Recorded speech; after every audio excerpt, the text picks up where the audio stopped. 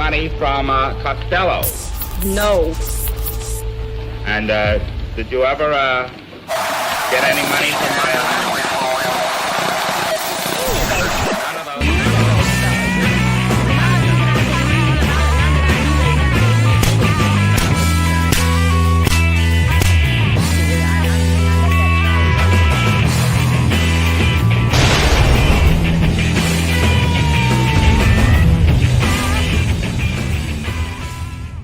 Also known as Duck Corella. I refuse to answer on the grounds of main intent to You criminate. got any business? I refuse to answer on the grounds of intent to criminate. You have any profession? Welcome to the grand jury, folks. Happy Friday night. I'm Joe Lanou, your host as we review police use of force incidents or videos through the lens of a grand jury. A grand jury is a jury of your peers that makes decisions on felony crimes as to bring formal charges or not. My role as the host is to present evidence, footage, context, and details to our panel of 5 volunteers from the Pub Chat, the Pub Chat X Space show, guys. If you haven't seen them on X, that's absolutely a space to get into. They'll keep you up to date on all things political and what some Washington insiders ago, but what Washington insiders know. Let's go to some of our guests. Tonight we have Drax. Drax is going to be playing as foreman tonight, keeping these guys wrangled in. But Drax, what do people need to know about you? Oh, hey, Joe, it's been great to be here, man. We've been trying to get this together for a while, so it's just a great time. I host with these other 2 you're going to meet here on Pub Chat Monday, Wednesday, Friday at 9 p.m. on the X platform. And, it's good to have a break, I think. We do a lot of political news and stuff. We try to throw some comedy in there, but it's always great to have a break and get to do something different. So I'm really looking forward to tonight, and we really appreciate you having us. Man, it's my pleasure. And you're right. We have worked on this for a few weeks trying to get this coordinated. I'm glad we made it out. We've also got Kay Daly. Kay Daly is a host on the Pub Chat. And when I say in Washington Insiders, she's the one that'll keep you squared away on what's really going on and not necessarily what the media is saying. But Kay, welcome. What do people need to know about you? Thank you so much, Joe. I've spent 40 years actually in strategic and crisis communications, both in Washington, D.C., and in Hollywood and in the corporate world. But I'm married to a lawyer, so I'm very interested in the grand jury, and thank you for having us tonight. Always my pleasure. We've also got Roden. Roden was a common co-host on Pub Chat. She is a American citizen, but I believe she may hail from the great country of Russia. So she's always got a wonderful look on how Americans view their freedoms. I really like Roden's view on things. Roden, what's something else that people need to know about you?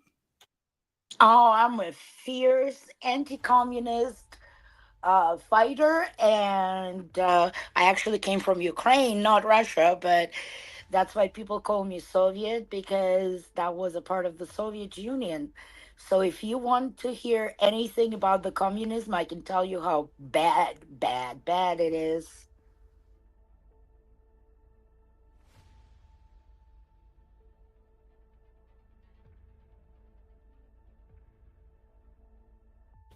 My apologies, I got stuck on another platform there. Now we've got the Ken Walls tonight. Ken Walls has a podcast on Facebook. Am I right, Ken?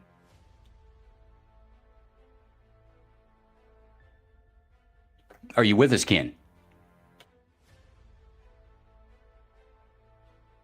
Is my audio getting out? Let's go to Buckster. Hey, how's it going, Joe? What do folks need to know about you? There's not too much to know about me, except that I'm a Marine. After retirement from that, I've been in banking for quite a while. I hang out with the Pub Chat crew all the time. I'm a contributor and a supporter, and love to talk just about anything. Awesome, my friend. Let's get here. If somebody could send Jason an invite to the stream, that would be great. I did that. Perfect. We should have him in here in just a moment. Let's go over some rules. The jurors may only consider evidence presented here. They must use the reasonable person standard, and they must use the probable cause level of proof. More likely than not, a crime has occurred and that the actor is responsible for said crime. We're going to use Texas laws as a legal lens to view these incidents, regardless of where they may have occurred, just for no other reason than simplicity. We've got our co-host tonight, Big Ron. Big Ron's going to keep us in time and present evidence for us. But Big Ron, while we're doing this, let's put up what a grand jury is.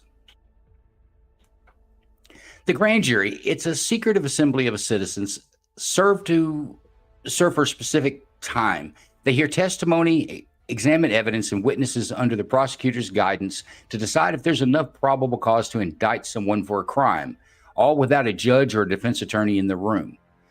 Their role is to evaluate whether the evidence suggests a crime was committed and if the accused is likely responsible. No unanimous vote needed here. For our show, just a majority. By the way, folks, for most grand juries, it's just a majority as well. But they also have a mission. Big Ron, can you give us the mission? There we go. A grand jury's core mission is to decide if there's enough probable cause to indict someone, but what does that mean? In legal terms, probable cause is a standard of evidence that's more than a hunch, but less than beyond a reasonable doubt. It's a reasonable belief based on facts and circumstances that a crime was committed and the person accused is likely responsible. Think of it as good enough to keep playing threshold. Let's talk about a reasonable person. A reasonable person is a legal standard referring to a hypothetical individual who exercises average care, skill, and judgment in conduct as a prudent person would under similar circumstances. So when we talk about a reasonable person, we're not necessarily talking about you as an individual. You want to look at it as not the smartest guy in the room, but not the dumbest guy in the room, kind of how would the average person react to these things. Big Ron, show us probable cause. Probable cause is the legal standard where there is a reasonable basis supported by facts, circumstances, to believe that a crime has been committed and that a specific person is responsible, justifying actions like arrest or search, and in this case, as for a grand jury, whether to indict someone or formally charge them with a crime or not. All right, just like with any grand jury, we have expert witnesses, but tonight our expert witness is Jason. Jason with 3D Response. He's a 30-year veteran of law enforcement and the creator of the 3D Response school safety system. Jason, what's some things people need to know about you? Background, started off as patrol officer, field training officer, school resource officer, undercover narcotics, sergeant, lieutenant, active shooter instructor, mental health officer, kind of ran the gauntlet in law enforcement, and started a company to keep our kids safe based upon my role as a school cop and my active shooter instructing, and kind of took the bull by the horn and said, let's put the response on steroids and give the kids the tools, and that's what we did.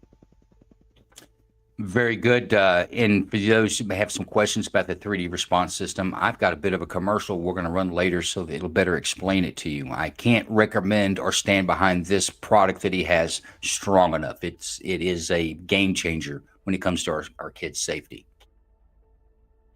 All right, tonight, the format we're going to use, we're going to have 3 phases. A presentation phase where we'll look at evidence, including video footage of the incident and anything else that may occur or that the prosecutor may have for you.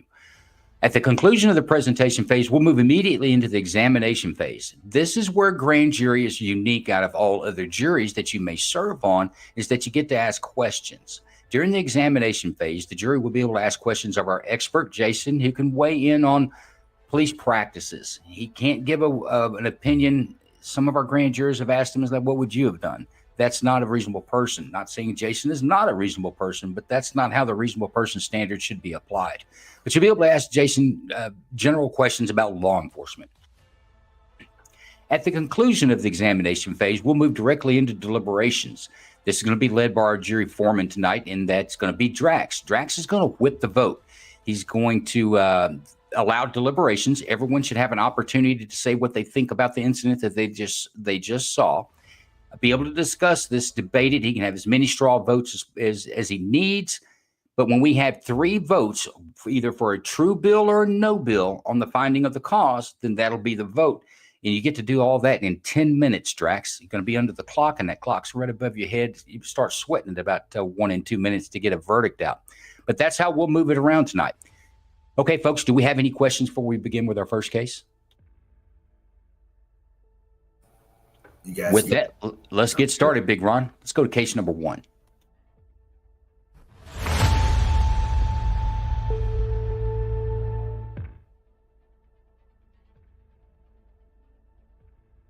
The incident happened around noon after an NMSP officer conducted a traffic stop on a white GMC pickup truck driven by 75-year-old Dennis Jones in Truth or Consequences. The officer ran the license plate and learned Jones, the registered owner, had an active arrest warrant for a probation violation in Arizona for sexual assault.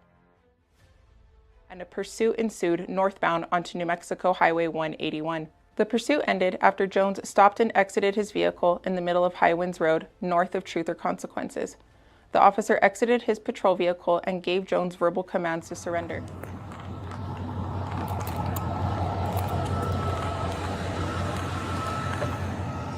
Hello, sir. I'm also very much assistant police. We do a stop, sir. As a registered owner of this vehicle probably has a warrant. You bought this from anyone recently? Do you have a driver's license on you then?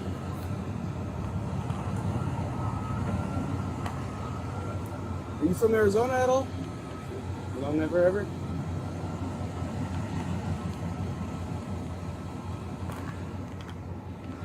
You have the registration and insurance for the vehicle?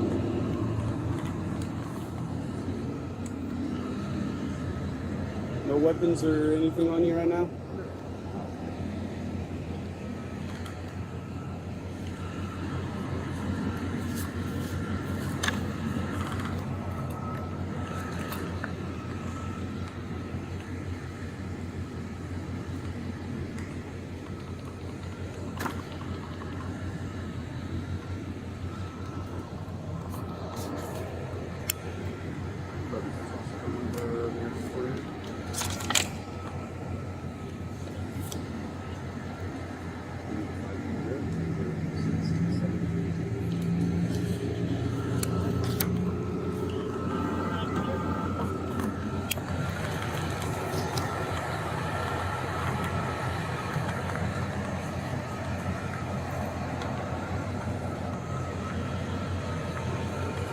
Alright, if you can't find it, can you just step out for me and we're gonna walk back to my unit, alright?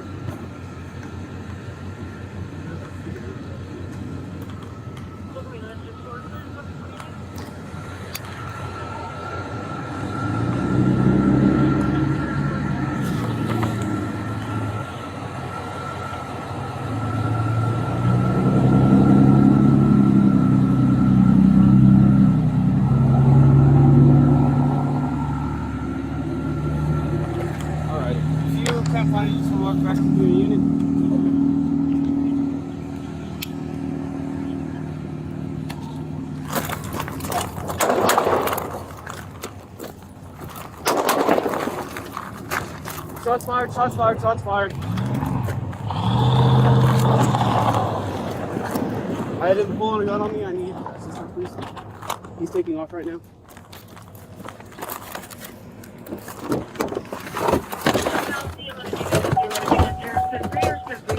We have sharp fires.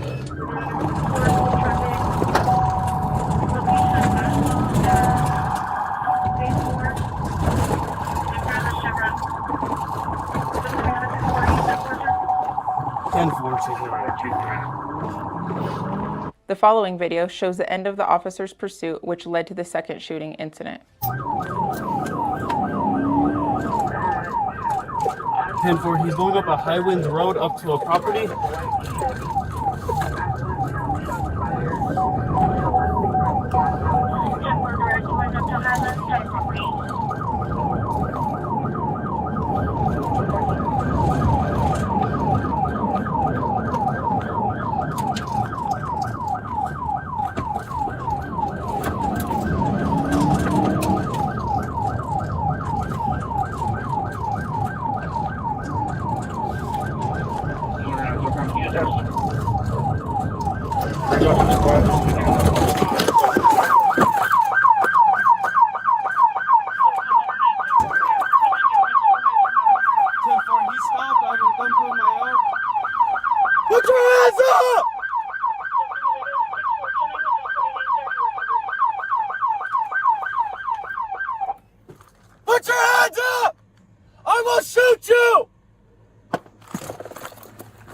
shooting back. He's shooting back.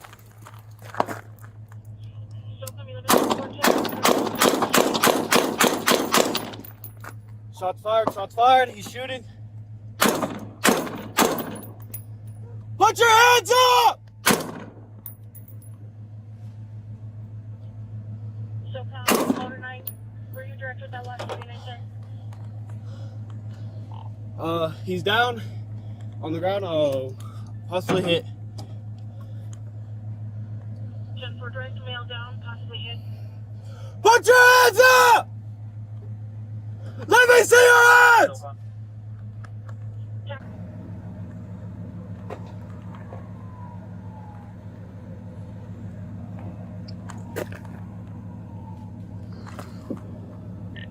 Firearm is possibly in his left hand.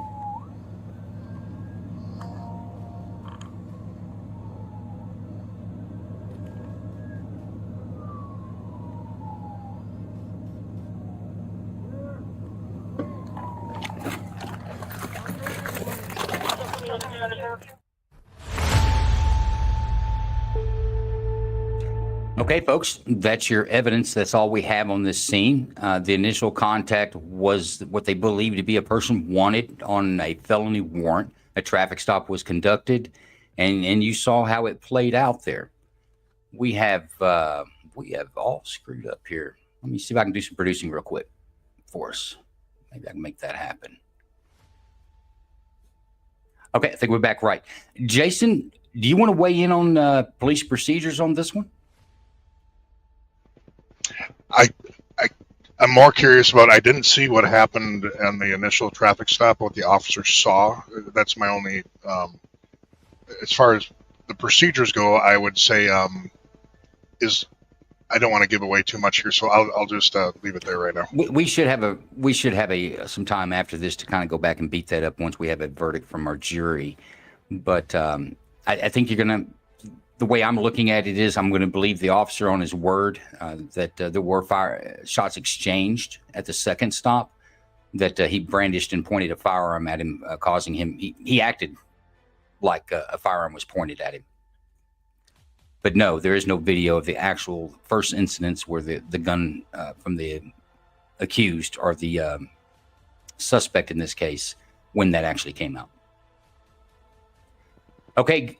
Grand jury, this is where we're going to open up the examination phase. This is where you guys are take the lead, ask questions, go back and watch any part of this video that you'd like. I'm here to make that happen for you, and then we'll go to deliberations.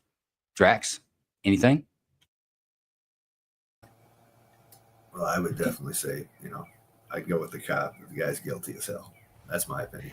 I'm not asking for your opinion, brother. I'm asking if you have any questions before you start to deliberate. No, I don't. No. Got it. Anyone else in the grand jury? Anything you want to see again? Actually, yeah. I'd be interested in seeing the beginning again, because what is the procedure?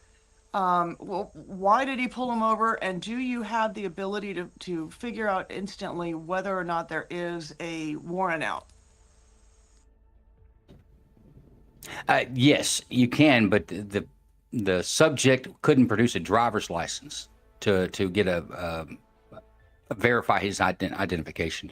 License plate came back to the registered owner being wanted out of Arizona, which is, that's enough probable cause to pull it over. But then you need to identify is that the person driving the car? And that's what he was in the process of doing. But let's go back and listen to it. If you listen to the original statements by the New Mexico Public Information Officer, she explains the purpose of the contact.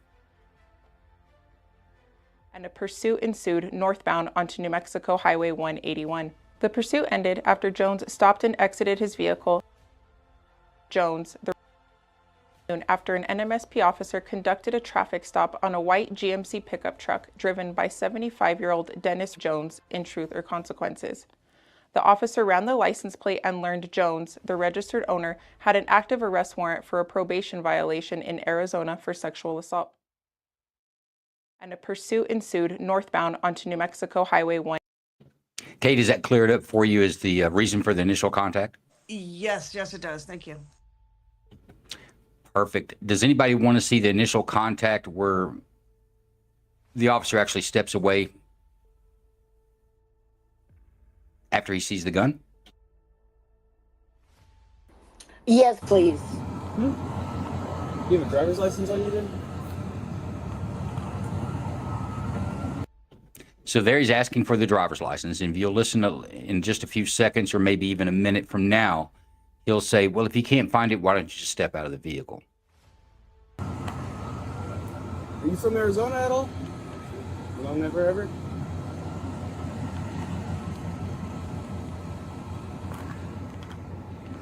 You have the registration and insurance for the vehicle?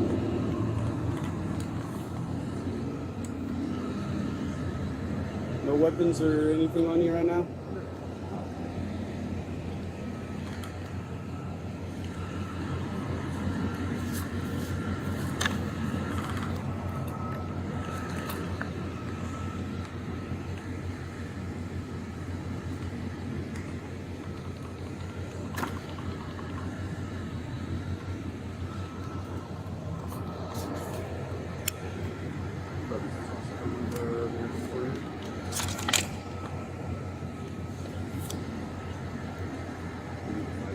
While we're waiting on this, let me clear up some gallery questions. Grandma Kate asked, why is the officer's body cam looking at the car door?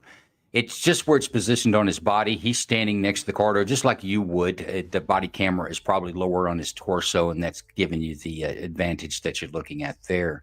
We also had another question about, from Jessica, exactly what is a lawful stop?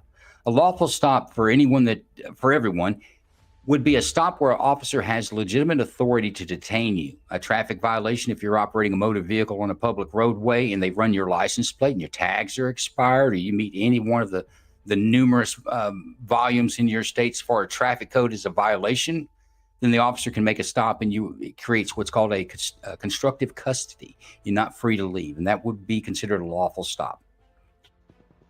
Joe, can I backtrack a little bit on Kay's question?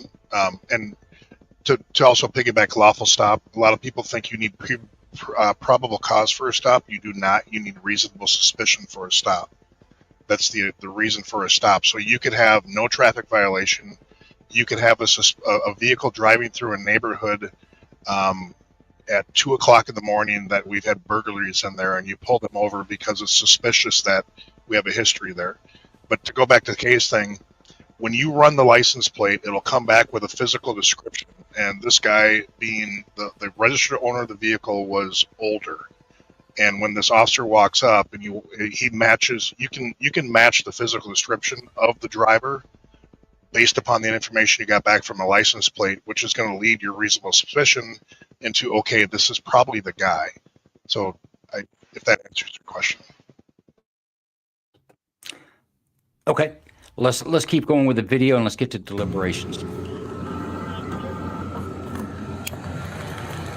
Question after video, Joe.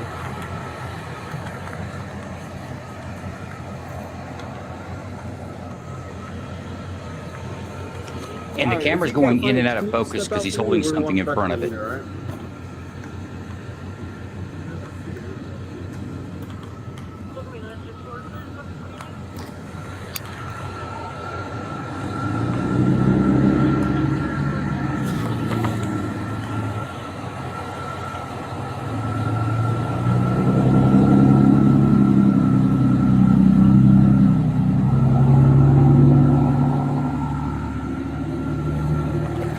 This whole time he's waiting for him to produce a driver's license.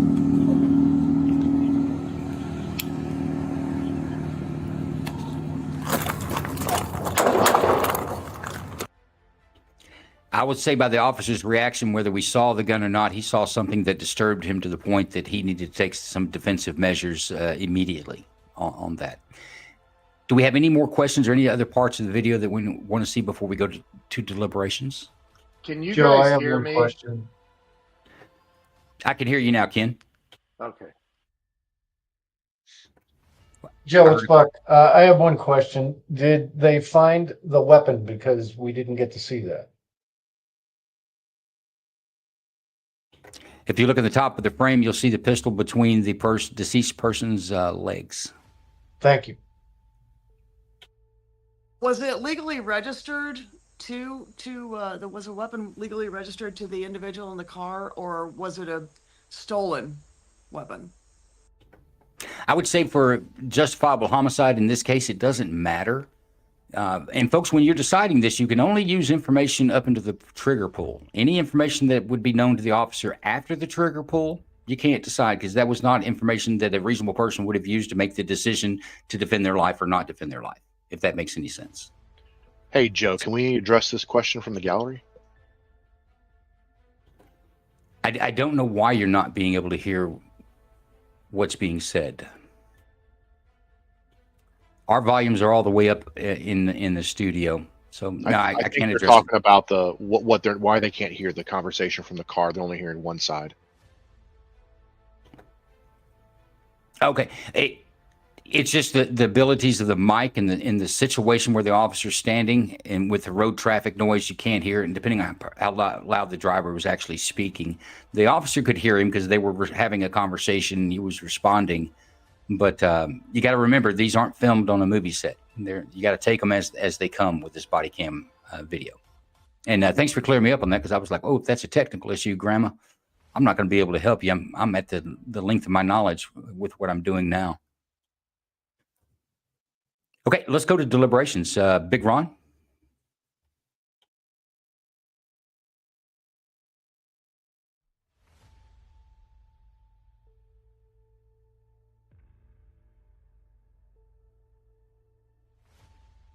All right, folks, you see the 10-minute verdict clock up there? It'll start ticking in just a moment, and that's your time.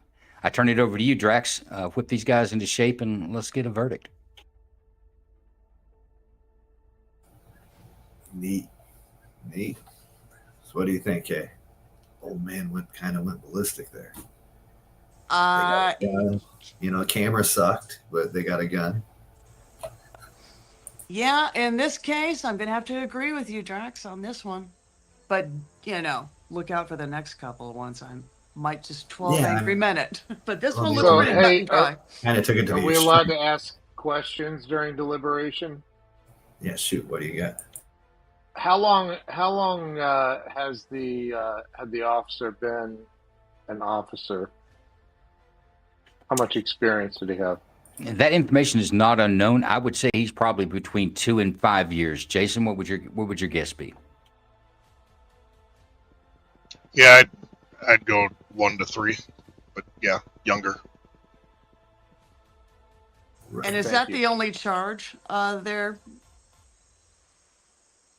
The only thing the grand jury is looking at today is that the homicide was justifiable or not. Was it a justifiable use of force in defense of yourself or a third person? I'd say it's definitely not, Kay. The cop looked like he was trying to work with him, and the gun just started. Yeah, I agree.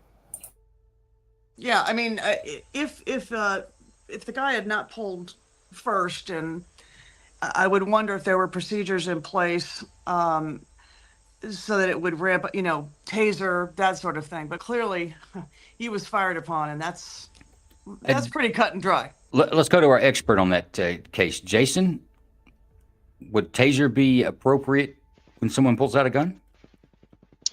The expression of bringing a knife to a gunfight falls in suit there. No, you don't bring it less lethal with deadly force presented at you. Concur that, Kay. I agree. He used all the deadly force. I mean, what do you think, Buck? This was definitely justified. They found the weapon at the end of it. I noticed in the picture the hammer was back, so he was intending to fire. I didn't hear how many rounds he actually fired at the officer, but these guys have split-second decisions to make. So when they see a weapon, they have to pull their weapon. That's my opinion. So this was justified. Rodney, what do you think, Roden? Completely justified. Mr. Walls, justified? Yep, he probably should have done it twice. I'm kidding. Yes, definitely justified. All right, I think we're good to have him press on. Okay, Foreman, do we have a verdict? Guilty. Well, you're not looking for guilty. You're looking for true or not true, essentially. So you would say this would not be true for a homicide, that it was justifiable. Is that the vote? Yeah, it's justifiable. That'd be a true bill. No, that would be a no bill, my friend. There we go. No bill, no formal charges. The officer gets to go on about his life. All right, we have 6 minutes that we can discuss this, and I would actually like to. But Jason, I'm going to go to you first on the law enforcement procedures portion of this. And Kay, in the jury, this is when I'll allow Jason to start talking about procedural things. I kind of cut you guys off when it gets to prior to the verdict, because you're only really allowed to take into consideration what the officer would have, information the officer would have had to make a decision, and make a decision standing in a reasonable person's shoes. So, but now we can talk a little crap about the officer if we like. Go ahead, Jason. Give me your assessment on this. So the initial approach, I like the passenger side with the trafficker side. The conversation, I did not like his positioning at the truck. He kind of put himself front and center. And like I said before, you get a physical description of the guy on your screen, or dispatch will tell you. And this is not a 19-year-old kid. This is an elderly gentleman who has a sex crime warrant out for him, or probation violation warrant out for him. I'm assuming a gun was exposed at the traffic stop. It does not have to be pointed at you. If he pulls out a gun during a conversation, the one thing that I think I would have done as him, I would have lit the shit out of him if he pulled out a gun asking for his driver license. I think he didn't go aggressive enough. And then when the guy took off, there was no sense of urgency. When the guy stopped at the final time, I like the fact he created that distance, because he knows there's a gun in that car, and he switched to a rifle. And I like the fact he used his vehicle as cover to, or at least what I saw. But I think the second stop was better than the first. But I'm being critical. I can't help but watch these and look at how would I have reacted to it. I have a question for Jason. Go ahead. Jason, pulling over a known felon of a serious crime like that, once identified for certain, would it not be procedure to call for backup at that point?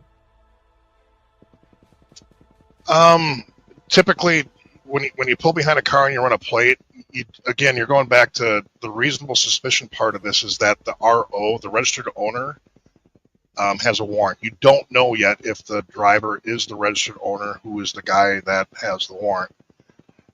In most jurisdictions across this nation, if that information comes out over the air, your partners will respond to you just naturally because of what could happen. At least experienced cops will respond that way.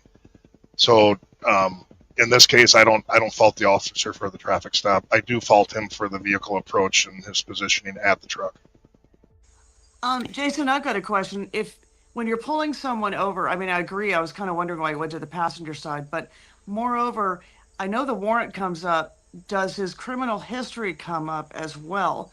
So that, if he is a convicted felon, for instance, he's not allowed to have a weapon.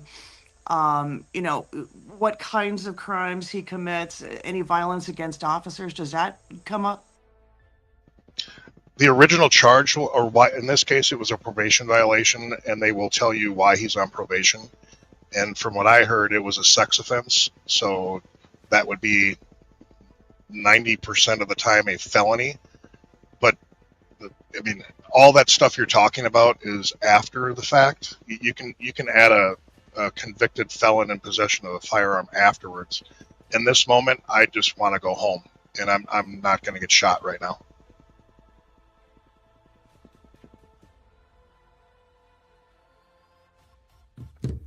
And very good. And guys, while we don't get into procedures too much, and there was a comment I want to bring back up from Jessica. A supervising officer should be there to corroborate the protocol was or wasn't followed. When we're looking at criminal charges, we can't use whether they violated policy or they broke some sort of protocol. You do look at reasonable training and how a reasonable officer behaves. If they're doing things that would be obvious to anyone that it's a violation of protocol, then you might be able to consider that, but in a totality of the circumstances sort of way. When it comes down to this grand jury process, grand jury is the only filter we have between us and the government as a citizen. And an officer, when they're being charged, you're not making a judgment on the police department. You're not making a judgment on the sheriff's department, the state police, or even the FBI. You're making a judgment on an individual. Because if this person has done something wrong and you send them into the justice system to be tried by 12, and those 12 find that person guilty, he alone will go to prison and serve that sentence. His liberties will be taken, not the sheriff's office, not the cop that you didn't like down the street, not the FBI, not Cash Patel. None of those people will go serve that sentence. It's what we have as Americans when we're charged with a crime or accused of a crime. We have the right to this grand jury. So a supervising officer being there to corroborate protocol, your actions could get you fired from the police department, but not indicted criminally, if that makes any sense. But that's why I do push off on procedural questions. I want to say one more thing about this officer. I say he's between 2 and 5 years. If he was more than 5 years, I think he would handle this different. He goes to the radio after every turn. Shots are fired. I'll tell you, he's telling dispatch shots are fired. His distance, I think, was a little too far, and he wasn't in a real hurry to catch this guy. He was nervous. And I think some of that was a lack of experience, in my opinion. And Jason, you got 15 seconds to chime in on that if you want to counter. No, I agree. With a handgun, I don't mind the distance. If he's got an AR, I don't mind the distance at all if he's already seen it. I was fine with the second stop. The first stop, I would have done something different. Okay, we're out of time. And Jessica, do not stop asking questions. It's not really a stupid question. It's something that I'm glad you brought up, because it's a distinction when a jury's making a decision. It's not like it is on television. All these emotions don't come into play. Our justice system's intentionally trying to pull the emotions out. You don't get to use emotion. State doesn't get to use emotions in the grand jury. They don't get to use emotions in the prosecution's trial. If you are found guilty, they will throw the emotions down your throat, because that's when the victims get to come in and talk about it. That's when they get to talk about your criminal history. That's when they get to talk about all the other bad things you've done in your life, so they can get you a good sentence. But none of that is allowed prior to someone being found guilty, because everyone has the presumption of innocence. But with that long tirade, let's go to case number 2.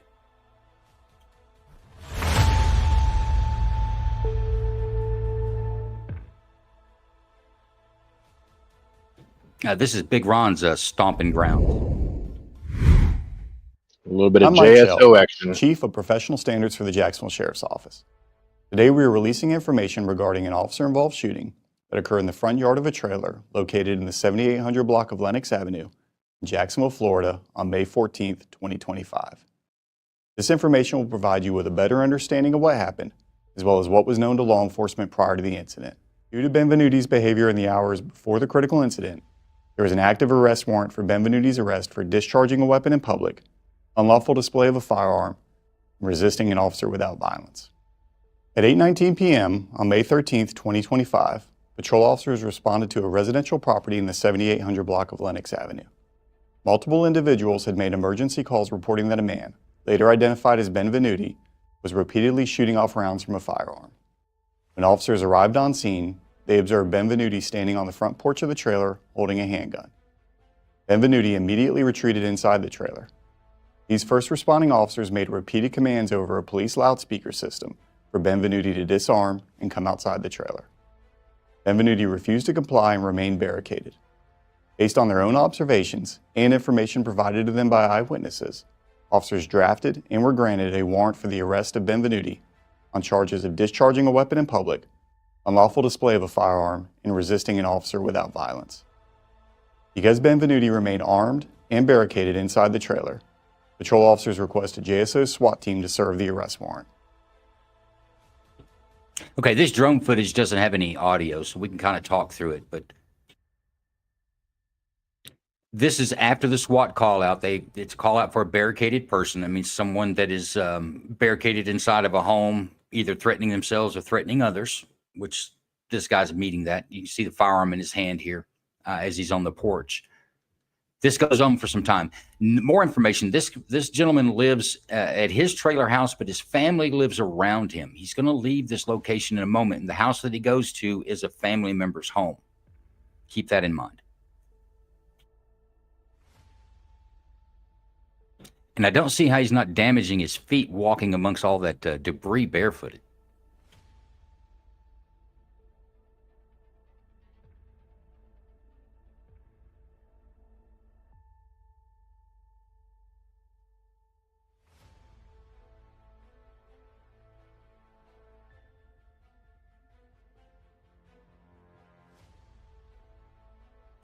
And I don't know if he's caught the text earlier. Family members during this process told them that they believe that he's undiagnosed schizophrenic, and that he self-medicates with methamphetamine and commonly hallucinates.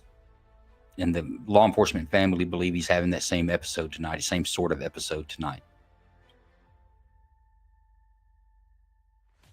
Well, on this night, not necessarily tonight.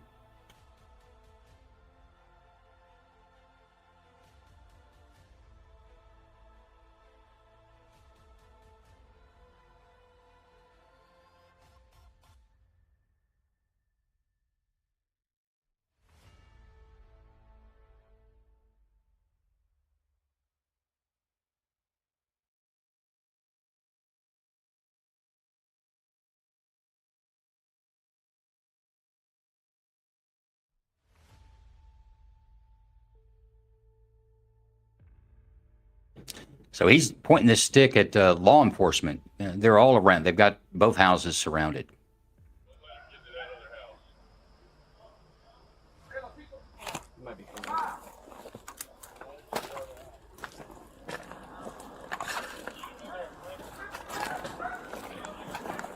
Come around. Hey!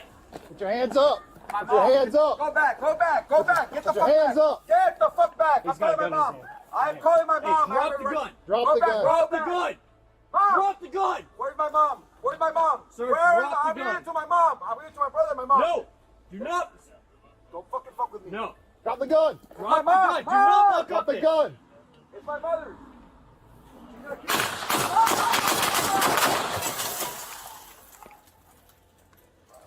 me. He's still moving. Hold on. Hold on. I can't see his right hand. Hold on. Suspects down on the porch of the neighboring house. We're still covering.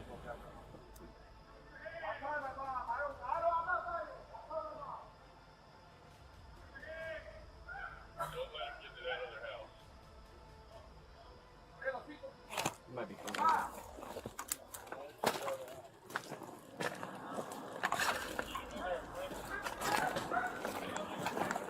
Come around. Hey! Put your hands up! Put your mom. hands up! Go back! Go back! Go back! Get the Put your fuck hands back! up! Get the fuck back! He's I'm got a calling my gun in mom! his hand. I'm calling my Hey, mom! drop the gun! Drop Go the back! gun! Go Drop the back. gun! Mom! Drop the gun! Where's my mom? Where's my mom? Sir, Where drop the I'm gun. here to my mom. I'm here to my brother and my mom. No! Do not! Don't fucking fuck with me. No! Drop the gun! Drop the mom. gun! Do not walk Drop up the there! gun! It's my mother. She's gonna kill me.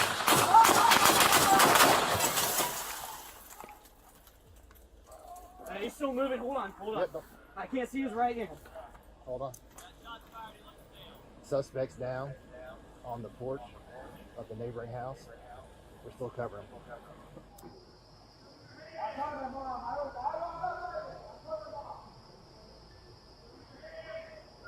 Don't let him get to that other house. You might be coming this way. Don't let him get to that other house. Get him in there, perimeter. Initiate, go. Hey! Put your hands up! Put your hands up! Go back. Go back. Go back. Get the Put fuck your hands back. up! Get the fuck back. He's I'm got a calling gun in my his mom. hand. I'm calling my Hey, mom. drop the gun! Go back. Drop the gun! Mom. Drop the gun! Where's my mom? Where's my mom? Sir, Where drop the I'm gun. here to my mom. I'm here to my brother and my mom. No! Do not! Don't fucking fuck with me. No! Drop the gun! Drop the gun! Do not walk up there! Gun! It's my mother. She's gonna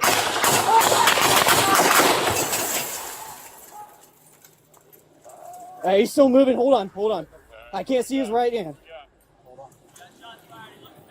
Suspects down on the porch of the neighboring house. We're still covering.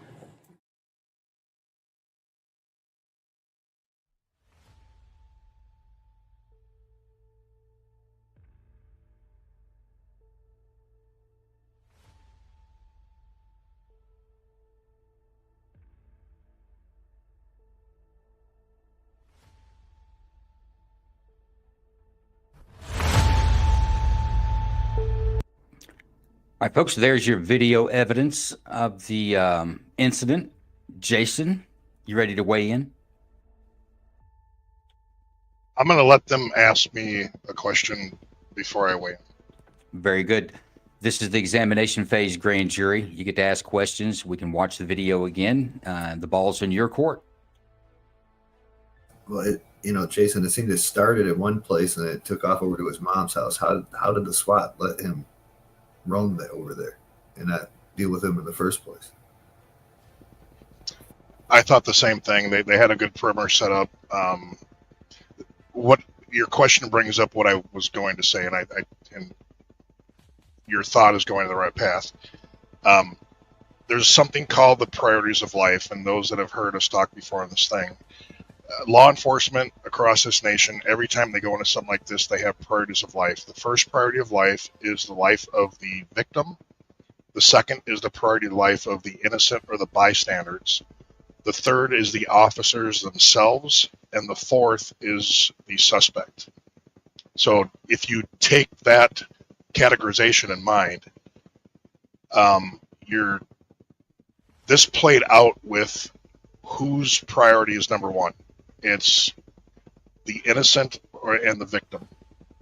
So let that play into your mind right now to make this decision. I've Yeah, got a and I was lot of thinking the same questions. thing, Kay. I don't know that he cleared it up. He made it more difficult, I think. Right. I got a lot of questions, but I will stick with just one. The procedure for, shots have been fired, but not at a law enforcement officer. They were just fired before they got there. Isn't it a bit extreme to just why didn't they take him down before he barricaded himself in the house? I'm trying to, we Well, don't see that, but obviously. Without getting into too much detail and kind of deliberating here, is that there was a domestic violence call. Initially gets law enforcement involved in this family's life. There's more than just one guy. There's a family that lived in this group of trailers. They get there. He'd been shooting firearms to the point that his family was afraid of him, and this is where law enforcement gets involved. So even though he didn't shoot at law enforcement, I think that we're going to ask you to do is it reasonable to think that others could have believed that he was dangerous or he had a propensity or demonstrated a propensity for danger? I think that's really the question that you guys are going to deliberate about. But since he did not fire on law enforcement, wouldn't there be some way to take him down without killing him right then? I mean, at his own trailer when he was standing at the doorway. We can talk about it afterwards, but in this case, what you're looking for is, let's go to the deliberation instructions, Big Ron. Put them up.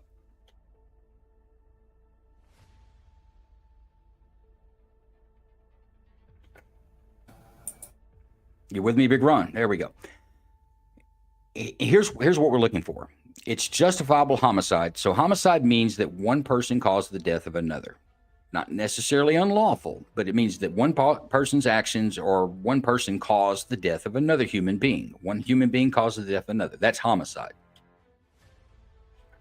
We're looking at the officer's use of deadly force, which we observed that. They used a firearm, they engaged him, and it resulted in just that, deadly force. If a reasonable person would believe it was necessary to, 1, protect themselves or others from imminent death or serious bodily harm, or 2, stop a fleeing suspect who poses a clear, immediate danger to others. Either you've got to come to yes on one or both of those questions to be a no bill. Does that help? It was completely justified. Roden, I need you to calm down for a second. We'll get to deliberations. I have a question. Were the family members home? I do not have that information. I would think they were probably, well, I guess they could have been. I don't know. I don't have that information. Did the officers know that they were dealing with someone who potentially had a mental illness? Yes, family members, they were there sometime. This didn't happen in the time of the video. This went on for several hours to the point that a SWAT call had been called. Family members had told police that they believe he suffers from schizophrenia, although he's never been diagnosed with it, but they think for years that he suffered with that. He self-medicates with methamphetamine, and that he commonly it's common for him to hallucinate. This is what law enforcement knew, and then they call a SWAT call out on a barricaded person, and that's pretty much where the video takes up, is when the drone is in the air. Was he threatening the law enforcement officers during that time that SWAT was there? I mean, verbally threatening? Now, you're going to have to go on what you see and answer the questions on the instructions. I feel like if I go any further, then you and I are deliberating. And I'm happy to do after you guys come to a decision, but I don't want to influence it. You want to take a look at that first part again, Kay? Before he goes to Mama's house? No, that's all right. Yeah, I was just wondering if, wow. Well, he's schizophrenic, so he probably... Any questions, guys? Him, but it's not diagnosed. Do we have any questions? If not, I'm going to turn it to deliberation so you guys can talk about it. Turn it on. Let's go. You heard him, Big Ron. Let's go. Deliberations.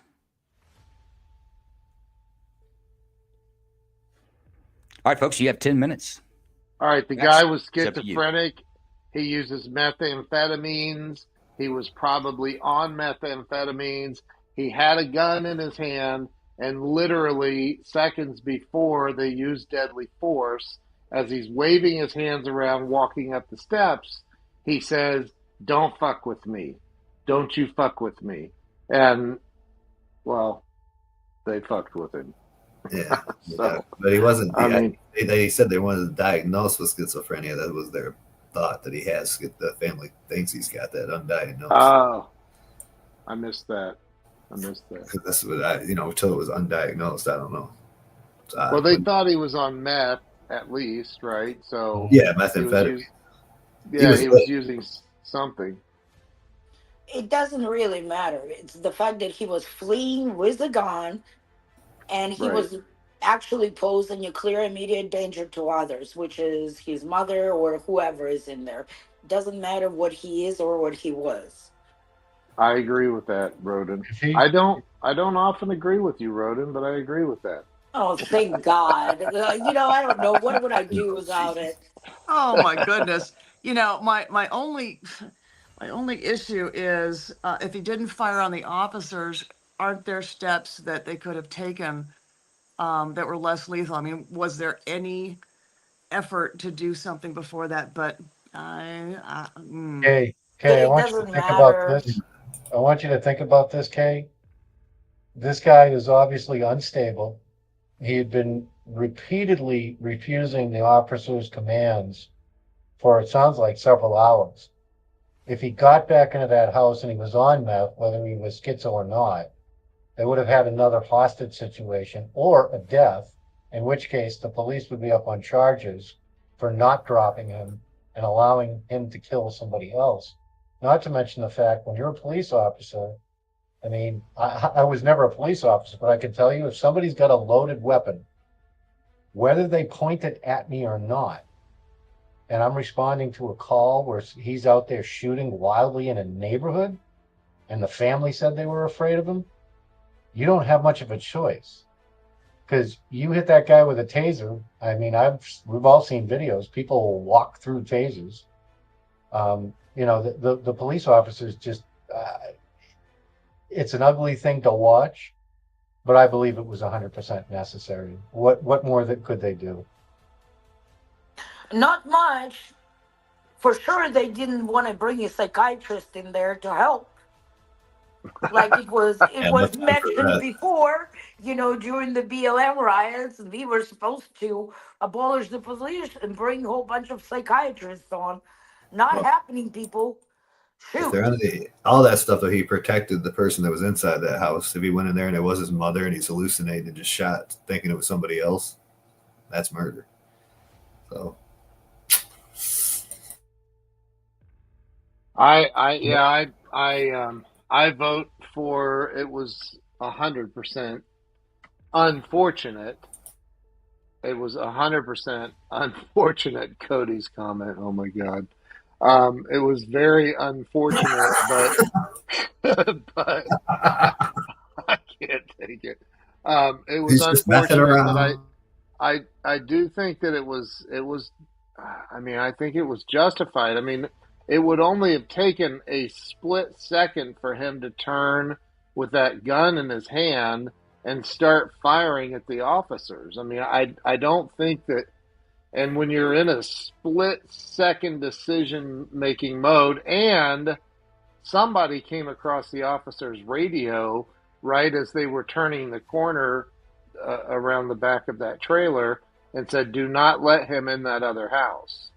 So that is going in the office. And I'm assuming that was a supervising officer on the scene or somebody that's saying, "Don't let him in that other house." And I don't know which one of you just said it, but if he went in that house and Yeah. was hallucinating, I why think that was didn't Drax. why didn't they clear the house? How? We do think they would have cleared the houses around the area because he's got a gun just if he could pop up and you know where the bullets goes. Well, I would be it's worried probably about. because it wasn't safe to start clearing the house, because if he has a gun and he is around that property, then he probably will start shooting people, because No, God I mean, knows we're what he saying, was I think what living she in. means, Road, is telling the like on the phone, like you guys might want to get out of the like step outside and leave the I am building. not getting out of the house when the lunatic is outside looking at me. Are you crazy? Right. Drax, I'm with Roden. Drax, you're going to send me to the fire, Drax. They had several hours to, during this apparently. So to me, why wouldn't you clear any of the trailers around if it was a real Yeah. threat? Because God knows bullets can go through trailer walls, and Well, then they have a perimeter issue if they let him in that Exactly. house and he can take a stance somewhere, and I don't know. Then he can randomly start picking people up from inside the house. Cops. Yeah, it started off with like a poor You man's guys are Waco. missing He the wanted to go whole to the damn point. The point is there's two things that you need to look at: protect themselves or others from immediate death or serious injury. Stop flexing, fleeing the suspect who poses clear. It is both are correct. Both is justifiable. That's it. What the hell that meth addict did before or after, it don't matter. He's dead. He went to hell. That's all. Oh my goodness, Roden. So Oh my Jesus. God. Jesus. I got to put a shirt on. Roden said flexing first, so I know she was looking at my picture. Oh my God. Stop. Hey, you know what? If you would have come out like that in your, old glory with a gun, I would probably say, "Oh shit," but you didn't. So instead, you got a big old fat slob running around with a gun. Shoot him. I love you. Oh, Oh my my God. goodness. Wow. All right, we're running out of time. What's our verdict? Yeah, I still don't know how they let him get tiptoe through the tulips and go over to his mom's house in the middle of all this, but such Well, is they life. would have had to, the only way to They were stop him waiting would for have been to drop him psychiatrists. over Don't there. worry Yeah, about it. if you ask me, that gave him more time. So when they let him do that, it was another shot, I guess. They've been putting up with it. They couldn't let him start Waco in there by himself and hold No, up for days. look, the fact that it's either, there has to be a less lethal method, I would imagine. I mean, that's it? Is They tried shoot to that kill? at Waco. It's called tear gas. Hey, It didn't work Hold out. there it. isn't Grandma much Kate lesser says we're evil. speculating. No. Wait a second. They could have just shoot him with darts that will put him down, but He's got a 9mm in his hand while you're playing with exactly. darts. So That's by the gun to time knife. the We can't dart do will that. start working, that 9mm will work faster. So I let's love not it. speculate. He was a danger to others, and the guy I'd love to learned see nine the pro nights. dart shooter. I'd love to see the pro dart shooter with a straw shoot that son of a bitch, but it don't work like that. He's got a gun. No, it All right. don't, because it takes a minute. The only other thing I wanted to point out is, well, procedurally, not having a perimeter and allowing him to get to the house, from what I was hearing from Jason with his little tip, may not have been right. They showed a lot of patience and restraint to get to that point. This didn't Yes. happen over 10 minutes. Oh This my happened God, over Cody, 2 I Cody, hours. you agree. need to stop. Hey, I agree, Cody. It's a Cody. person, not an African rhino. Cody. Well, he should Listen, be. wouldn't that be A massive if minute they and had that 25 kind of seconds, option? Like, folks. A minute and Hey, 25 guys, seconds. you just need 22. to think about yeah, it this way. Right now, at this point, the guy is drug-free and enjoying yeah. himself. So let's do it. It's a justified homicide. Police are on the scene, so is professional dart What does blowers. What's Kay Daly say? We have 1 minute left. Okay. I think that there's more to this. I don't know that it was justifiable. Okay, don't be a rhino. Come on, Kay. Okay, it qualifies for They didn't have section the 2 dogs, and 3 Kay. here. Okay, Roden says Kay. the world's better off without him. No, he's drug-free. He just rehabilitated forever. I might be the one holdout. I need a vote, Drax. I say it was justifiable. Roden, no bill. Justifiable. I'm going to go with justifiable. I'm going to go against K. I'm going to say not. So 4 justifiable, 1 unjustifiable. Yes. 4 and 1. Yep. It's going to be a no bill. The majority takes it. No formal charges. Kay, you really got to look at the jury instructions. And when you sit on a jury, that's the way it is. It's like, well, there's something I didn't see, so you need to show me something else. That you're going to get what the evidence is, what they have. You have to make a decision on that. But there are really only 2 questions on a justifiable homicide. Was it reasonable for him to be in fear for himself or others from death or serious bodily injury or harm? Or is he fleeing and would a reasonable person believe that he'd be dangerous to other people as he flees? I think in this case, both would be a yes. Joe, do you got time for me to answer one of Kay's questions? You got real quick. Okay. So, number one, there's action versus reaction. And if somebody walks out with a gun in their hand, by the time it takes that person to lift that gun and point it at you, you're dead. You cannot react fast enough. And there's case law after case law that says that if you're confronted with somebody with a gun in their hand, the reason I brought up the qualities of life from law enforcement on this, him walking into another house, you just put victims in jeopardy. They cannot let him get in that house, regardless if they don't or they don't. I agree with you guys on the perimeter thing. I'll shut up there because we're at 0, so just wanted to bring that up. Thank you, Jason. That does actually shed some light on it and said a little different than I did. Folks, we have actually some sponsors for the grand jury. One of them is the Range Minded Podcast. If you are a 2A freedom-loving American, you should be following the Range Minded Podcast, and you should be listening to him. He covers a lot of 2A news, especially in the legal world where there's laws passed or maybe some judgments that have been decided that affect the 2A world and what's legal and what's not legal. Unfortunately, it's very difficult to tell these days, but here's the Range Minded Podcast. Have you ever wondered to yourself, man, what time does the store close? Or where's the best cheeseburger near me? Well, I'm not going to answer those questions. That's what your damn phone is for. Use that. Instead, if you have stuff related, to the 2A world, I'm your man. My name's Steve. I run the Range Minded Podcast. On the podcast, we talk about all things Second Amendment, whether it be new guns or gear. Maybe we talk about some training.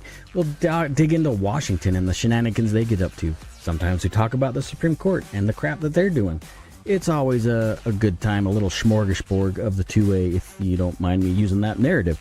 Either way, you can find us whether on YouTube or Rumble, Range Minded Podcast. I'm also on all sorts of streaming services wherever you listen to your podcast, Range Minded Podcast. You can jump on the website, rangemindedpodcast.com. Maybe stop by, buy a patch and some other things. There you can link to the social medias and all that other stuff. Hope to see you there. It's always a good time. Anyways, you guys have fun, stay safe, and always stay range minded. See you guys soon.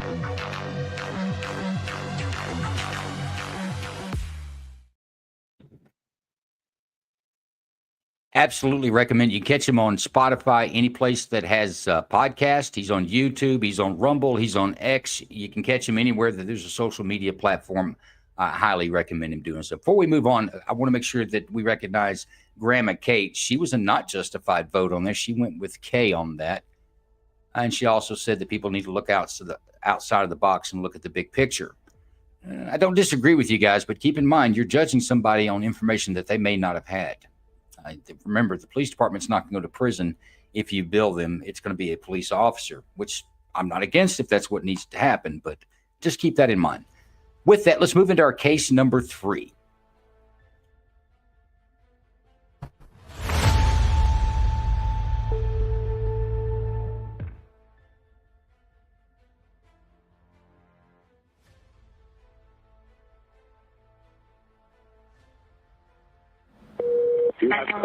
The emergency, please. Hi, I'm at the abandoned building by Old Sacramento. Which abandoned building? Do you know the address? I don't know the address. It's the only one right here between Rail Yard and fucking Old Sacramento. Okay. Do you know the cross street near Rail Yard? High Street. Okay, what's going on? I'm going to just take it for a long time. You're going to be fucked up. You're not coming out. Can you hear me? Yeah. Okay, what's going on? So he started knifing me. He tried to molest me. Okay, I need you to tell me more of where you are because you're mapping near Jaboom Street. Does that sound right? Does that sound right? Huh? Are you near the I Street Bridge? Near the I Street Bridge. Okay. Can you tell me more about what's happening?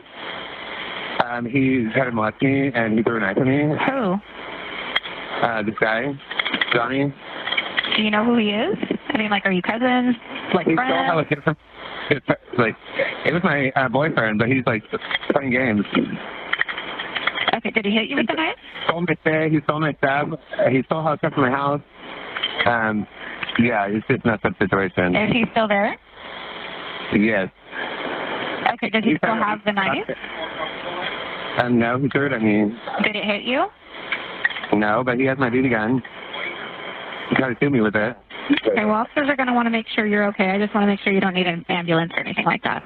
I don't need an ambulance, no. Okay. He has anyway, he needs to go to jail for his warrant. Do you know what warrant it is? For failure to register. Do you know his last name? Valcorda. You shouldn't do that to me, motherfucker. Thinking he was going to play me into it. The fuck? You don't do that to people. You don't steal people's stuff. Officers arrived on scene at around 12 o'clock p.m. and located Valcorda, who fled on foot from officers with what appeared to be a firearm in his hand. Officers pursued Valcorda but lost sight of him near the water line near Matsui Park. An officer observed the suspect place the gun to his head. 32 and 76, we're still waiting for our translator.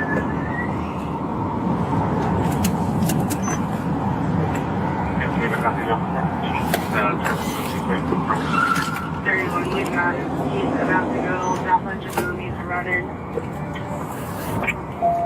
Not DP personnel,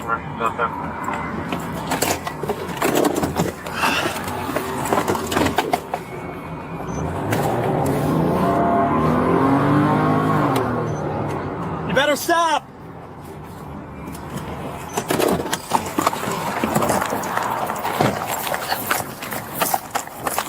Johnny, stop!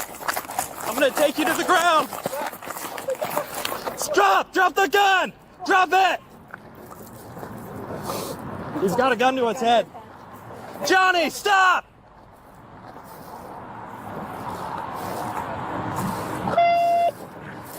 Johnny, stop! Hey, people on your truck. He's continuing to get the gun to his head. We can't tell him to be together or not.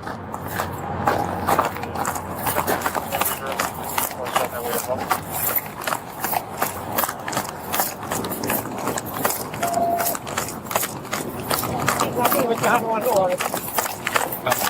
Don't want the water, so just break off your after, please. I can't see him, you can? No. I see him. He's still walking with God. He's running. He's walking towards the water. Copy, so walking north down towards water. Let's. We do have information that Can I get that advice? I don't know if there's BB gun. I just listened to his firearms. I don't see his head. Casi, no sure if it's significant or not.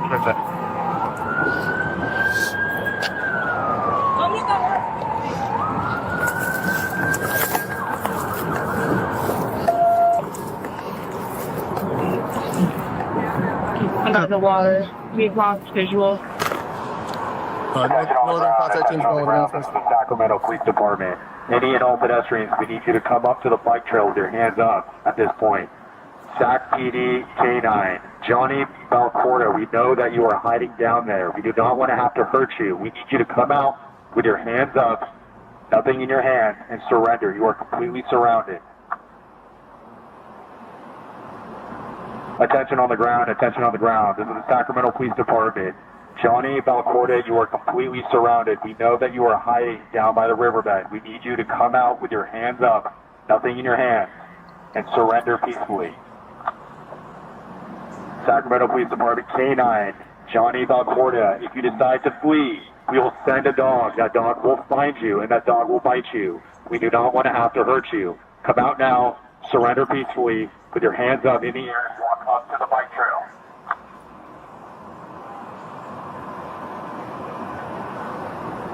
Attention on the ground, this is the Sacramento Police Department. Any and all pedestrians, including fishermen, we need you to come up to the bike trail at this point with your hands up. I think the only we got running. People are running. People are running on the island over there.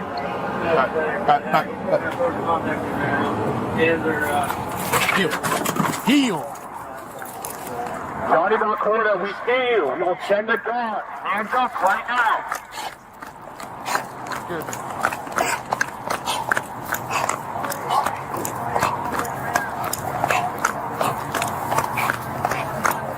Yep.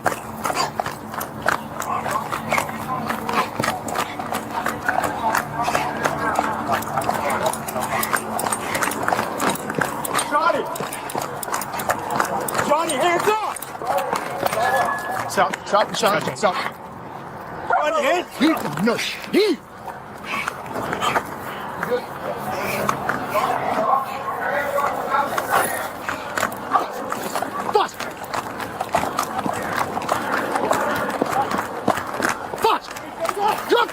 Drop the gun! Heel!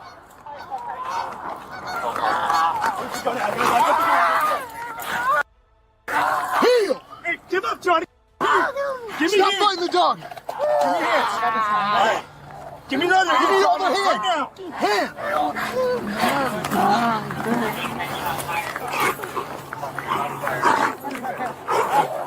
This is video from Officer Number 2's body-worn camera.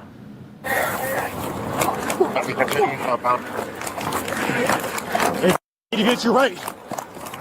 Hey, he's got a gun! He's got a gun! Drop the gun! Drop the gun! Alright. Where's the gun? I got the gun. Hey, give up, John! A California Highway Patrol helicopter was overhead as the incident occurred. The suspect could be seen striking the dog with a firearm before being detained by officers.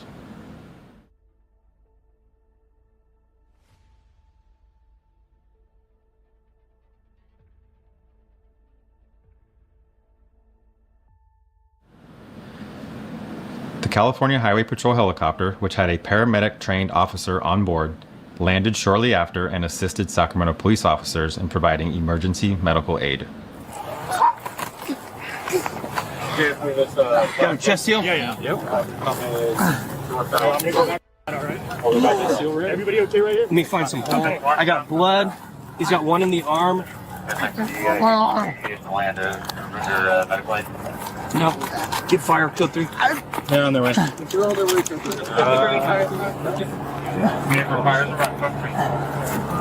The suspect was transported to an area hospital with non-life-threatening injuries. After receiving treatment, he was booked into the Sacramento County Main Jail on multiple charges, including brandishing an imitation firearm, assaulting a police canine, resisting arrest, and his outstanding felony warrant for possession of a controlled substance. The weapons pictured were recovered at the scene. After investigators examined them, both were determined to be imitation firearms. Okay, there's your video. Jason, do you want to weigh in before or after? I'll go after. Very well. Let's go into the examination phase. Drax, jury members, this is your opportunity to review the video, parts of the video that you'd like to see, and ask Jason any questions. The floor is yours. First off, badass dog. Like that dog. I don't think they could have really done much, okay? Right? I mean, he resisted. They went You up guys on are him. deliberating now. You ask us questions, and then we'll let you deliberate. Jason, it seems as though they thought he had a gun. Is it standard operating procedure to send a canine in even though there's a weapon? Even though they didn't know it wasn't real? Yes, it is. I will say, did you hear when the dog left? Joe, maybe the canine handler said "fuck" when the dog. I don't know if he intended to do that, but it was just sorry. Yes, you can send a dog after a guy with an arm suspect. And it looks like he bit him in the groin. That was pretty impressive. Was it? Did he say fuck, or was it a command he was giving? Because I know a lot of times they'll use German or something like that for commands. I wondered that. I actually saw No, that it's a video command. the other It's a day. German command. There's two commands, Russian or German. It depends on what dog it is. Sound like Oh, fuck that's to me. right. Roden's a canine expert. Yeah, she's expert. Ours is trained in Dutch, just saying. Hey, as long as I don't train them, fuck will be my first word anyway, so it doesn't matter. All right, guys, no portion of the video that you want to see again? No, Not for me. No. Let's go into deliberations. Big Ron, can you set us up?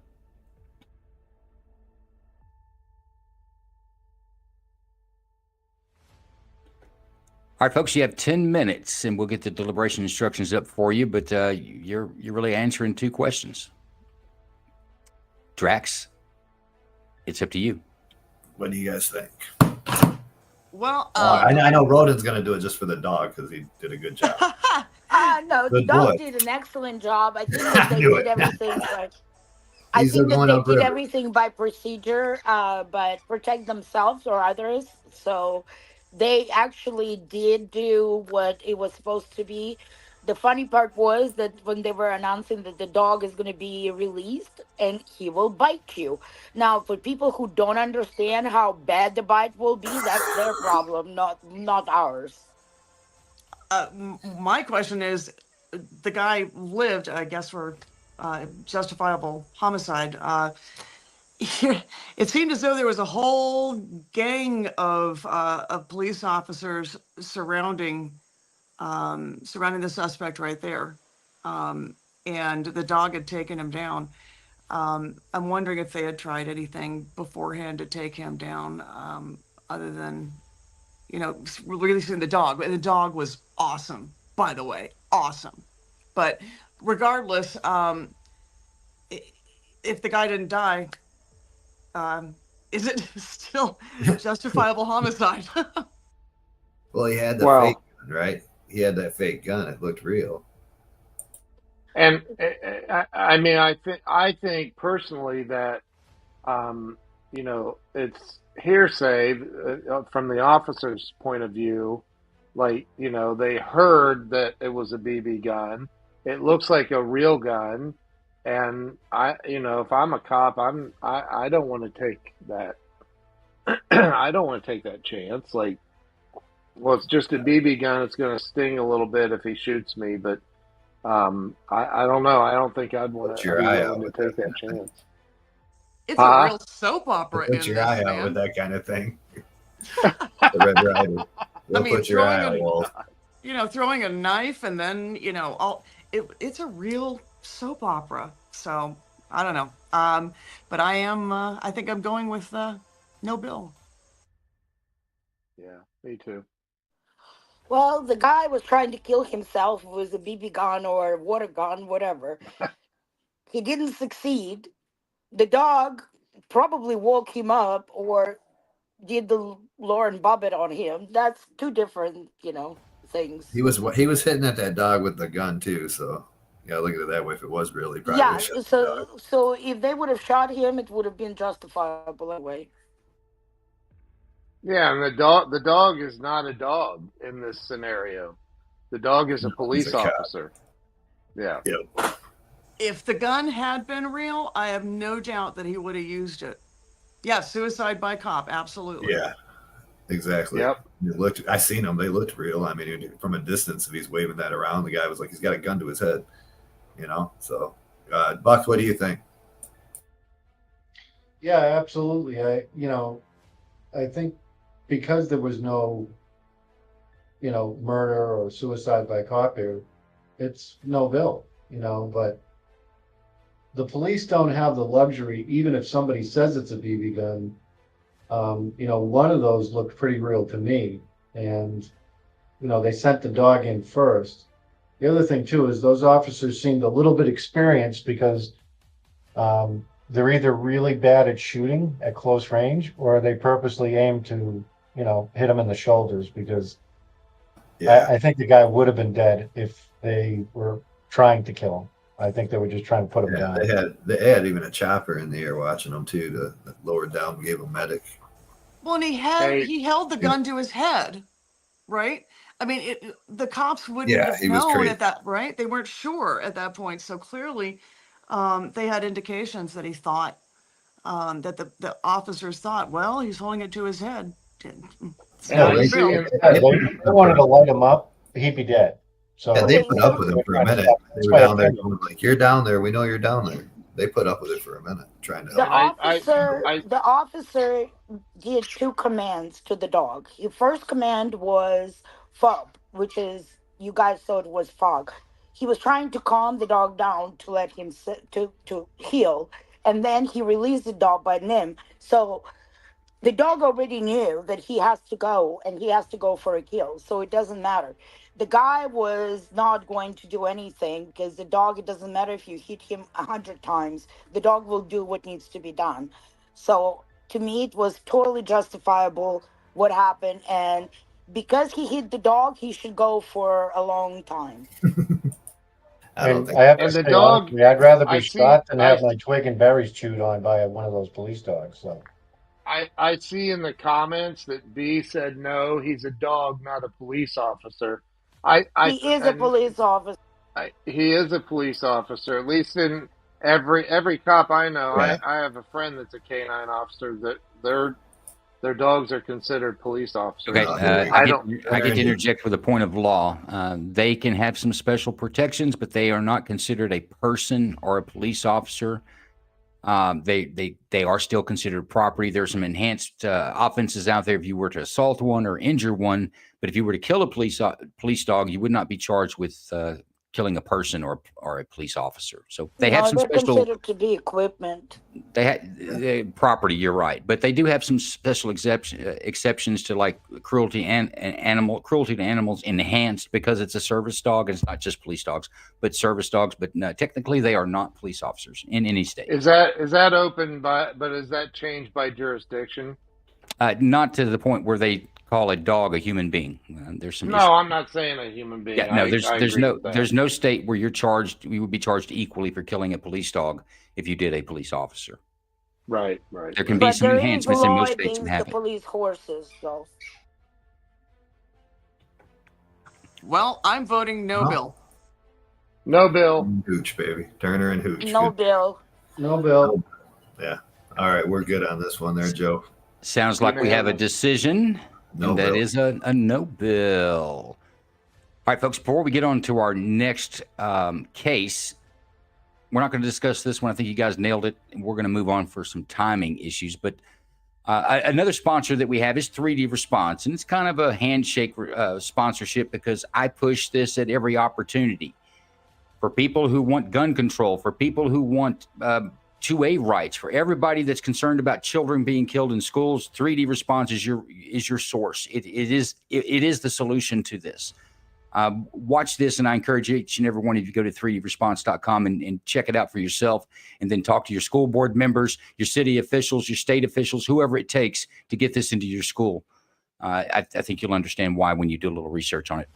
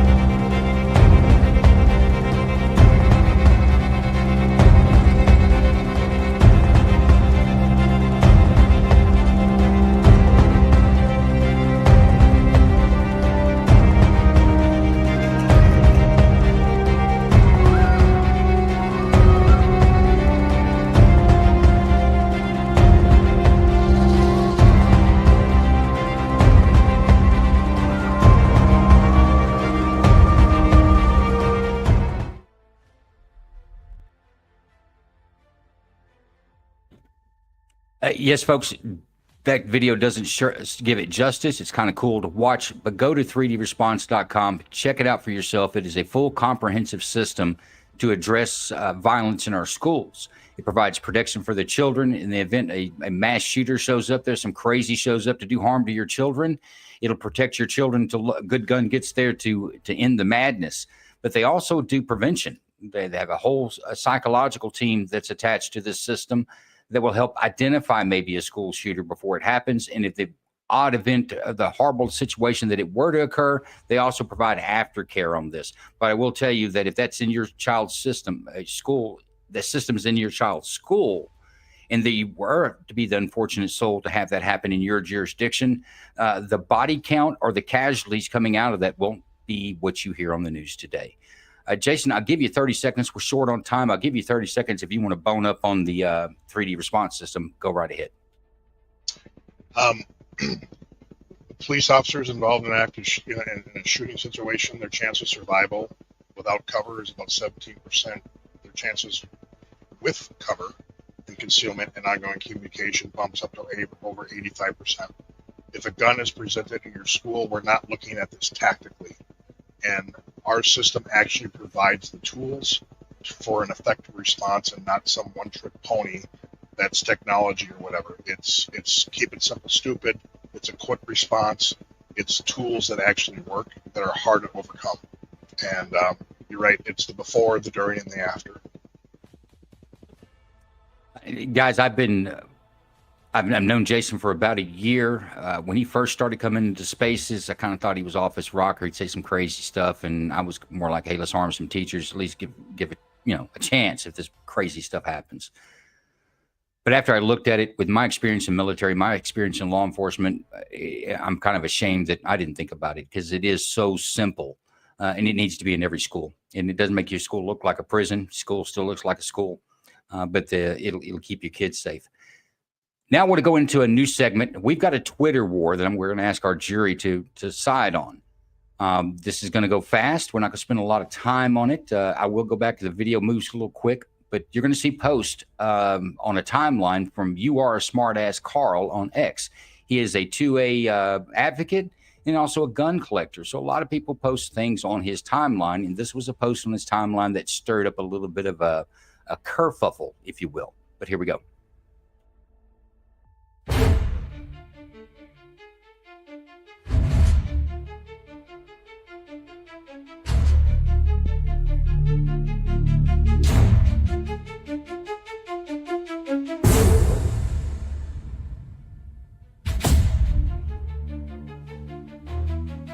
If you need advice or help or learning to use a gun, DM me. Excellent mouthfeel, 10 out of 10. Thank you, remember. LaRue. This is not what the Second Amendment community needs. There's a clear and critical distinction between principled 2A absolutists and social media personalities who simply happen to own guns, when you care less about your own life and your own safety. Couldn't agree more, brother, disavow. Even if you're a top-notch pro and have created the gun 10 times, it sets a bad precedence for those less educated to make a fatal mistake. I do not condone sticking a barrel in any mouth for any reason for the clicks. Come on, I agree wholeheartedly with you, but respectfully, I kinda gotta disagree here. The 4 rules of gun safety are very important, we shouldn't treat them as immutable, otherwise someone who is trial-faring for training is guilty of violating at least 3 of them. It's called trigger confidence. Okay, Gruber, not even any trigger discipline. Bro, they have a gun in their mouth, you sound gay. Have trigger confidence and not trigger shame. Reddit finger cuck. I am going to sound like an asshole for this, but women belong in the kitchen, have no need to be voting, and shouldn't be making any major decisions after what they have shown the past 80 years. They have proven they are incapable of it. I noticed right away her finger is on the trigger, not the wisest thing to do. Any mistakes could be quite deadly. I don't give a fuck about your gun code. Population dog, I fucking manifest guns into existence from the fucking ether with plastic spaghetti made from cornstarch. I am a fucking vibe alchemist. To this trolling out of jealousy, you presented yourself as one by saying what gun culture needs. You have an inflated ego because you have cool followers who only like you because you have cool toys, and they wish they had just those boy and come like you.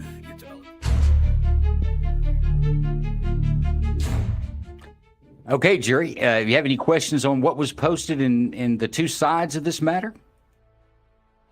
I have no idea what I just watched. Neither do I. I was like, it's too much F and C and all that stuff. I What think it the guy is? was on crack or something, the way you're talking so fast. Yes, guilty. Ow, hang on now. Let's go I back don't to even know what I just watched. Yeah, let's take a look another time.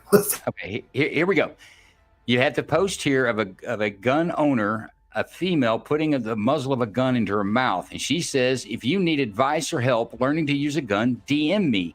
And then she says about this post, excellent mouth feel, 10 out of 10. Thank you, Mr. LaRue, which is the manufacturer of the gun. You have Carl, who is a 2A advocate, and he's part of the gun culture, as they say. He comes, it's on his timeline, or he responds to it.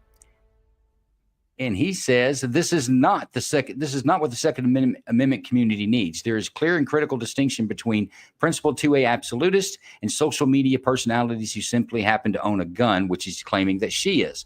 So everyone jumps on both sides. There are folks that are on Carl's side saying that, look, this is not something that a responsible person should do. This is irresponsible, that someone could see that and think they could do it and wind up blowing their head off.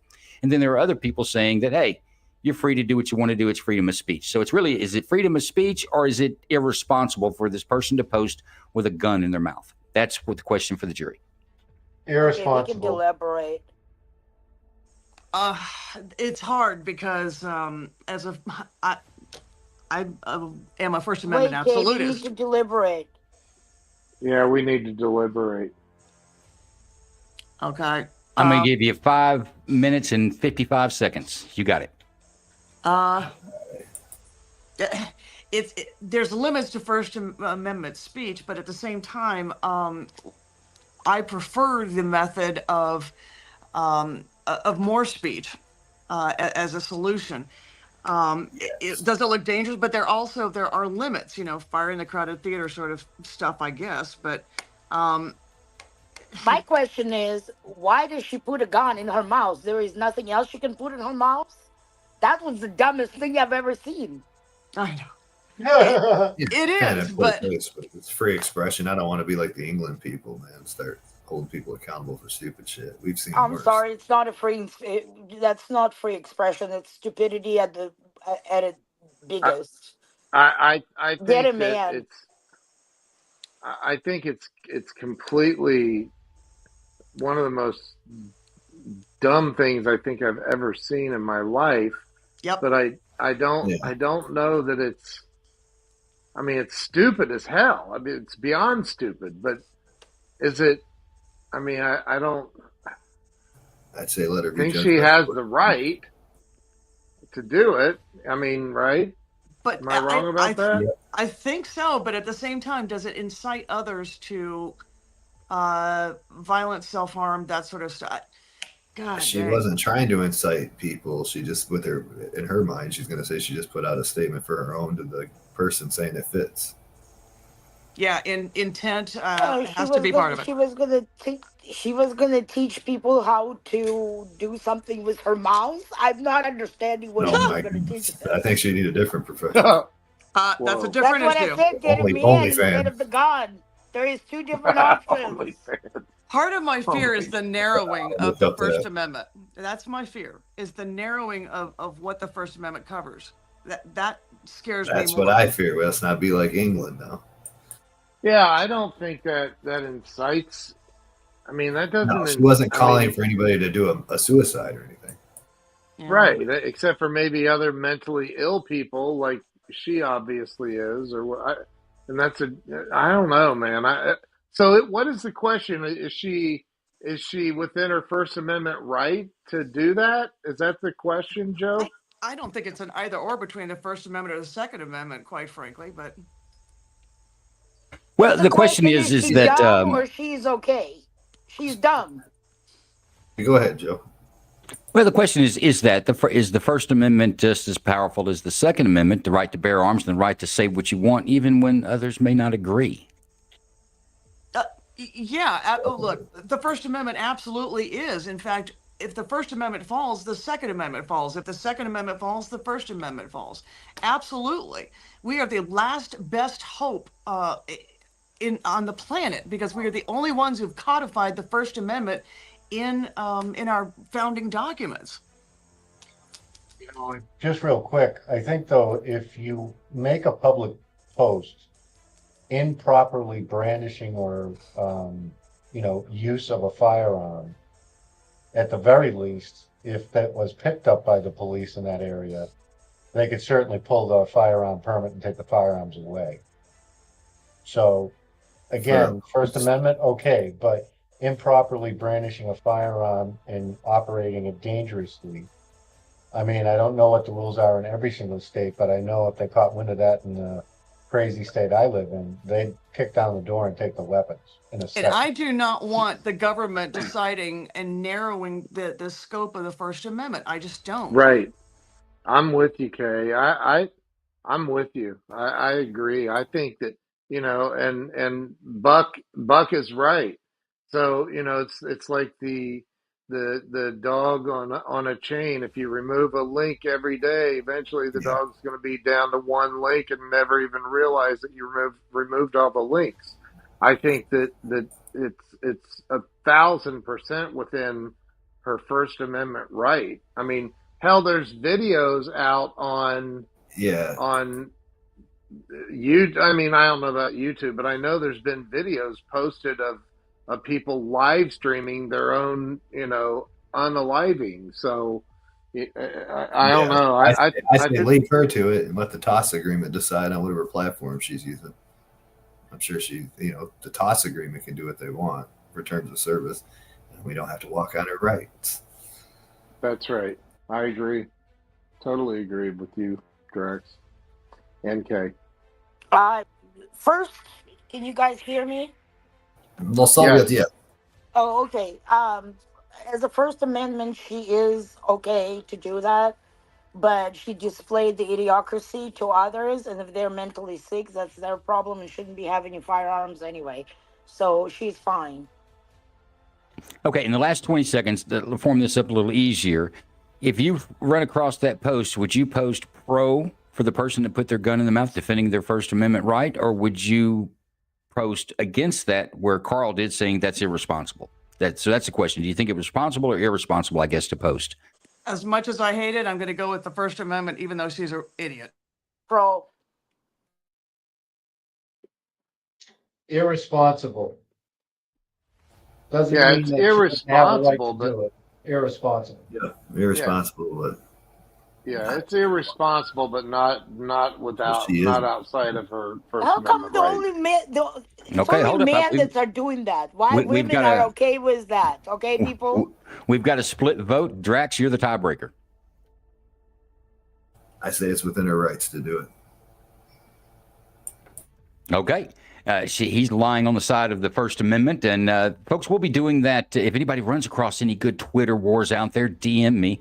We're going to do that each week, highlighting some disputes on X. I say Twitter, but X. Let's get to our final case tonight. This is case number 4.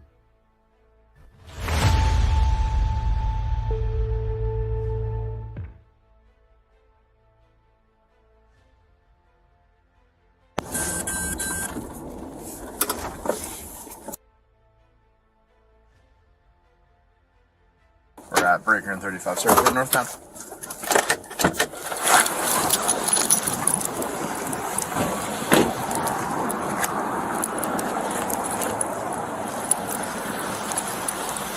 What's your picture, Austin Police Department? Reason for the stops, you didn't use your turn signal when you made the right in here. Oh, okay, I'm sorry. All right, do you have your ID on you? Yes, I do.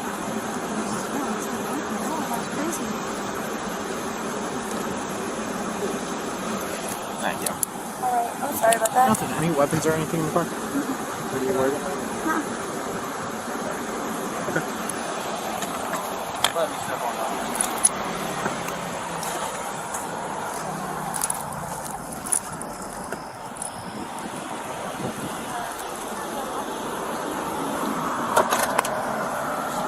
Is it cool if I pat you down, dude? Just make sure you don't have any guns or anything.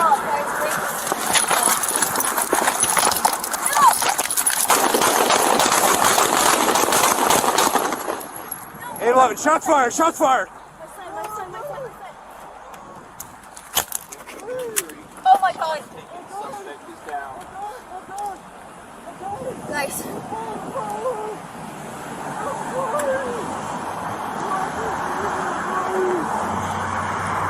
Alright, start or stage EMS. We're going to need more units to close off Breaker eastbound. Hey man, where's the gun at? Cleve, let me see your hands. You're reaching. No, I'm not. I'm not working. Yes, you are. No. Do me a favor, man, okay? Line of fires towards Lobos. All Come right. from the service We're road. gonna get you help. We are in the Chevron parking lot on the east side driveway. Hey, do me a favor, bro. All right. Hey, crawl to your left. All right, where's the gun at? We only see one hand. Careful. I believe the gun's on his right side. He's stating he cannot move, cannot see his left hand. For 43. Hey, get the vehicle. Do you have anything on you? No, I don't. No, I don't. No, I don't. No, I don't. You can turn it off. No, you're gonna stay there. Hey, I'm just gonna come back here because she's in the line of fire and she has a kid. All right, that's fine. Not moving. We're not moving. Hey, Kirschberg, I'm gonna have her and her kid move back. All right. Can you open the door? Open your door. Open your door. Open your door. Open one of your doors. Just move to my car. Move to my car. Man. Hey, I'm moving up. Yeah, both of us are. Do not reach for the gun. Let me see your hands. Where's it at? It was right waistband. We saw the imprint. It's underneath. Roll over. Roll over in your stomach. Do it Roll now. over in your stomach. All right, flip him over. Flip him over. Hey. Someone glove up. Put your hands behind. Where's the gun? You got gloves, Kurt? No, I do not. I get drinking water. Where's the gun at, dude? I don't know, sir. Keep your arms. No, I can't move. You can't reach like that, dude. No, I'm not reaching. Hey, give me his other hand. Can I drink your water, please? You don't gotta handcuff me. I'm not doing nothing, man. It's over there. Where's the gun? I threw it. It's in my pants. Get the gun. It's underneath. It's in my right here. Back of his underwear or something. Bag or. Right here, right here. Gun. Watch out. Where's it at? It's right here. Right here. I got it. Female's by my car. Hey, she has a she's at kid. the back of the Tahoe. She has a kid.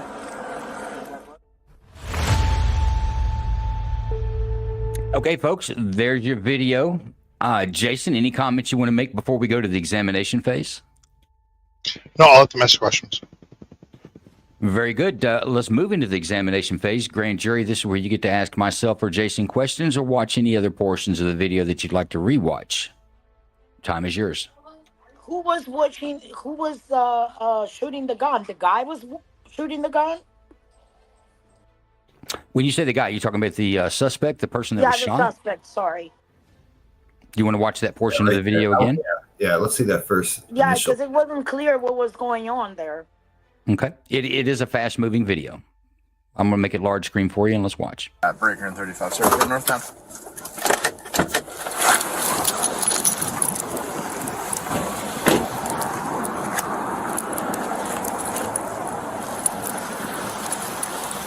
What's your picture? Also, police department. Reason for the stops. You didn't use your turn signal when you made the right in here. Oh, okay. I'm sorry.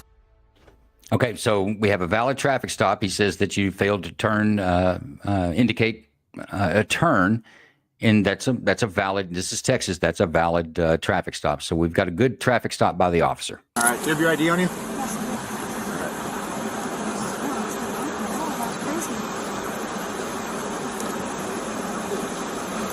Thank you.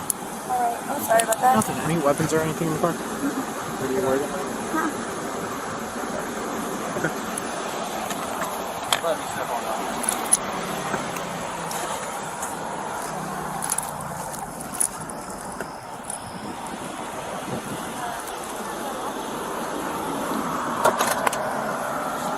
Is it cool if I pat you down, dude? Just make sure you don't have any guns or anything. Pat you down, dude? Just make sure you don't have any guns or anything.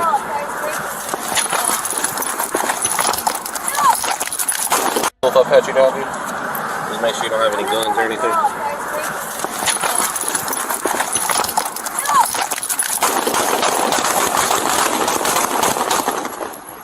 811, shots fired, shots fired. Does that satisfy? We'd like to see more. Yeah, I'm good for a second. No, I'm good too. Nice. I'm good. Yeah, wow. Any questions? Not for me. Let's move into the deliberation phase. Big Ron, set us up.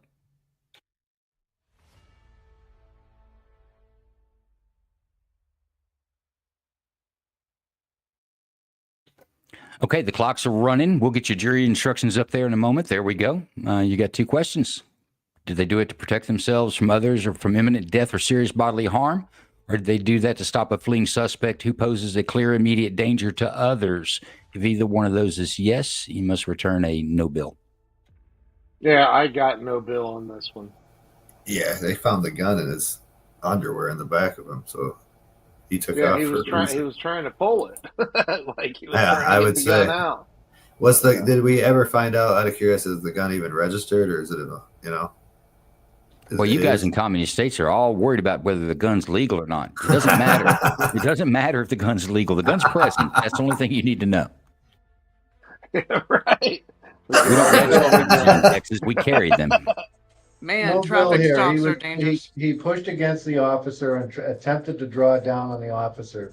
If he got that weapon out, we would have had an officer most likely shot. Plus, there's a little kid and a woman in the car. So, Yep. Sorry, no bill. Bye bye. Yep. I think it's pretty cut and dry. Yeah, that's an easy one. I would say so. Cut and dry, Joe. Yeah. We have a verdict. Drax, you made Rude giggle. No bill. No bill. No bill. The guy was a dumb. Guy was a dumb. Okay, that's our verdict. No bill on our last case. Let's talk about this one. Y'all seem to come pretty fast to this decision, and yet he had a gun in his underwear. Isn't that one of you guys said? Yeah, it was in his. I think it was in his back, right? I mean, It was in where's his it pocket, at? the It was in front his pocket. Yeah, I'm just saying they were digging for it, and he had a gun.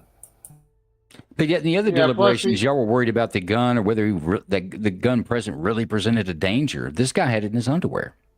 Yeah, but he had a look on his face. He had that look. Look at his doing, man. It's like there's a luncheon I'm after. He had that look on his face. I'll tell you what, I'm Ken, kidding. you not being in the same state. If I'm ever charged with a crime, I hope you're not sitting on the grand jury. Dirk was right, though. I mean, if you're concealed carry, you have to tell the officer you've got a weapon, and that's right. Yeah. You He know, got out dancing with the guy, like, hey, come over here. You got a weapon? No, let me out. Let me slide through. I mean, he was panicking. That guy could have been a gang member. He was tatted up like you read about. Doesn't mean he was, but he could have been. But the fact that he shoved the officer and attempted to draw it down makes it pretty clear cut. I'm interested, Jason, procedurally, what did you think about that, taking him out of the vehicle like that? Hey, before we go to Jason, watch this last little bit. Watch. I'm gonna flip it around a couple of times and tell me if you don't see a gun. Pat you down, dude.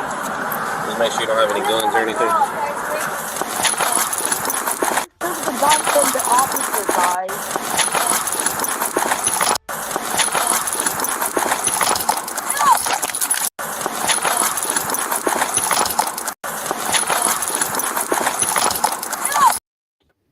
Do you guys see a gun? You can't really tell without he has better one in his light pocket, and but I don't slowing see it him down. pull it. I saw that he took the gun from the officer. That's what I'm thinking.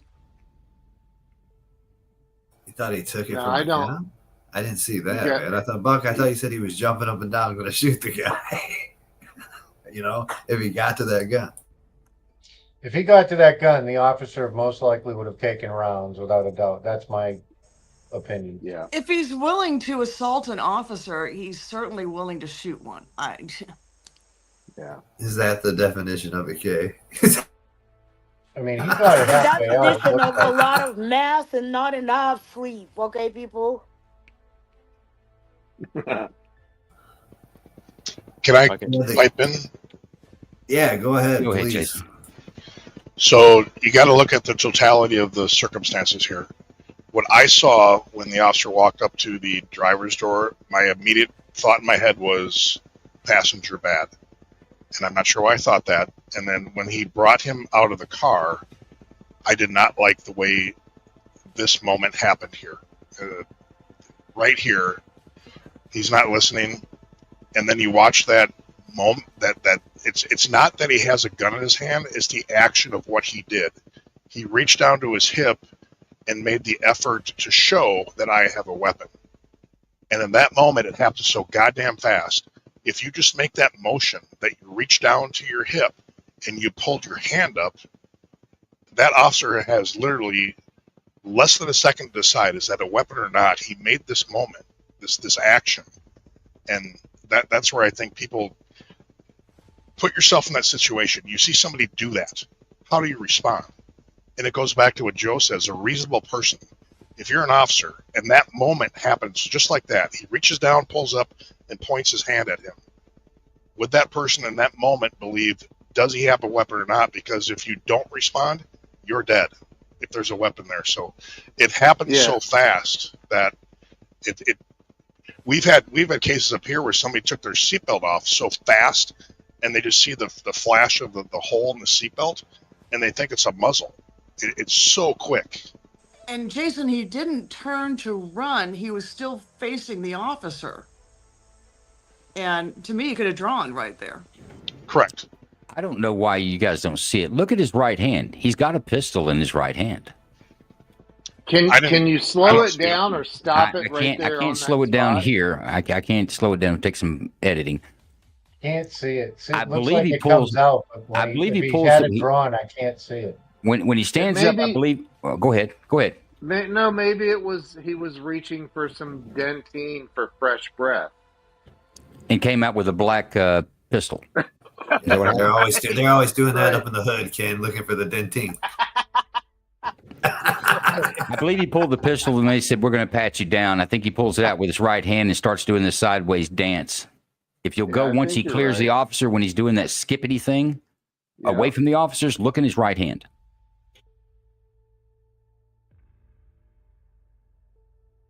I can't tell. Yeah, it didn't look like he made it out of his pants, but maybe he was attempting to, though. Maybe it wasn't the gun out of his pants. My point here is that moment right there, what is that officer's mindset when this guy just shoves him, pushes him away, and makes that action? It could have been a cell phone. It could have been a gun. That officer does not know what he has in his hand. He just saw that action. That's my point. He's got something in his right hand. If you're running trying to get away, you're going to move your right hand unless you're carrying something. That right hand never leaves his waist as he skips maybe 3 times to the street to the ultimate spot where he shot. Yeah, and that's my point, is that action is more important than what's in his hand. That officer believed, oh shit, he's going for a weapon right now. He obviously was aggressive. Curious. He was obviously aggressive. He was attacking the officer. It was totally justifiable. Whatever the officers did, they did it on right.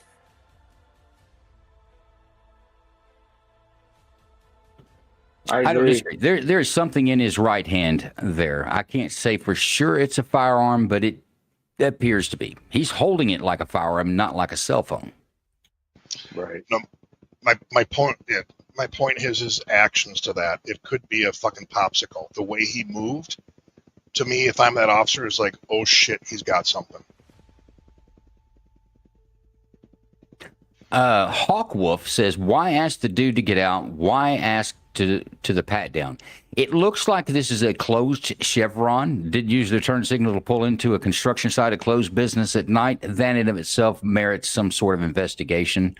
And you in Texas, if you're parked into or you go to a parking lot of a closed business, law enforcement can make contact and identify you in case a theft comes up later. That is a law in Texas. But they failed to use turn signal, indicate turning into the lot as their probable cause for putting them down and pulling the guy out of the passenger seat. I think I'm like Jason. I think I would have done that as well. He looked hinky. But is that probable the other thing you got to keep in mind, yes. For the probable cause to pull him out. The other thing to keep in mind is anybody in this space right now, if an officer asked you to exit the car, would you respond like this guy? I mean, that's not a reason. The reasonableness goes on the other person too. So are you going to get out and push this guy and make a motion like that? And most And people run don't backwards. Hell No, no. and that No. look, that's the whole point here to me. Is the bottom line is, take your probable cause and stick it. If a police officer asks you to do something, you do it and you comply. End of story. Because guess what? If you're not doing anything wrong, he's going to say thank you and put you back in the car, and you get your ticket and you go home. End of story. I'm And tired of the sob stories and all this crap that people talk about every day. I've had enough of it. At the end of the day, the police officers are there to do a job. If you comply, you're not going to have a problem. End of story. And if you are in compliance with concealed carry, you announce that you have a gun. You do not just whip it out. That officers don't dig that. Well, this is Texas. We have constitutional carry. But you're right. How you still identify, it's how you display that firearm could make a difference. And I'll be honest with you, he was a self-righteous criminal, Jason. Why did he wait for the officers to get him out? He should have jumped out and got the hoofing from the get. You might beat the cops. Don't wait for them to ask you. Just run on your own.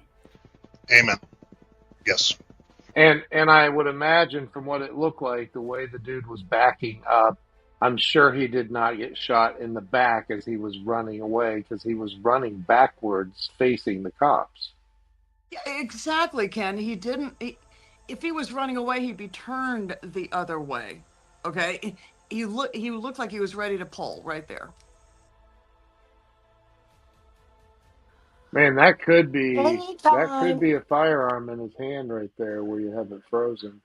Yeah, but it doesn't matter. They said they found it. Anytime somebody is running away from the cops or making kind of a movement towards the cops, they are justified because they have a seconds. They found the gun at the end of the video, Ken. So, I mean, he had a weapon on him. Yeah. All right, But folks, that doesn't matter. We're getting into the show now. Drax, you're going to do a pub chat after party on this for us, are you not? On the next space? Man. Kay's going to open up pub chat, I think at 11:30. So it's we're going to have the after party over there. So make sure you join us on X, man.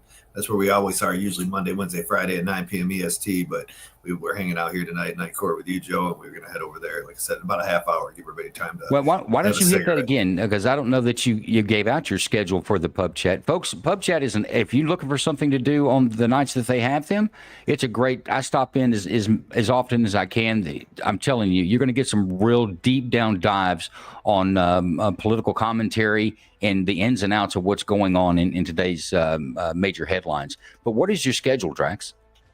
Well, we're always on Monday, Wednesday, Friday, 9 p.m. EST. Me, Kay, and Soviet Ronan. You'll find GM Walls there and Bucks there. All of us are there 3 nights a week, 9 p.m. EST. And that's Monday, Wednesday, and Fridays. Yep, Monday, Wednesday, Fridays. Folks, and you will have some fun, by the way. It's not all just political talk. It's probably fun. It is fun, and we're going to have fun tonight. I'm going to be there to witness how many people are going to come in and tell you how you decided all these wrong tonight. But, folks, that is our show. Give us 30 minutes. Look for a Kay. Kay's going to put out a invite or a reminder for a after-party space, pub chat style. I want to thank our special guest tonight. You guys were great. Thank you, super Joe. thankful for you to come in and doing this, and I hope we can do it again. Good night, folks. Thank you. Get any money from Costello? No. And did you ever get any money from my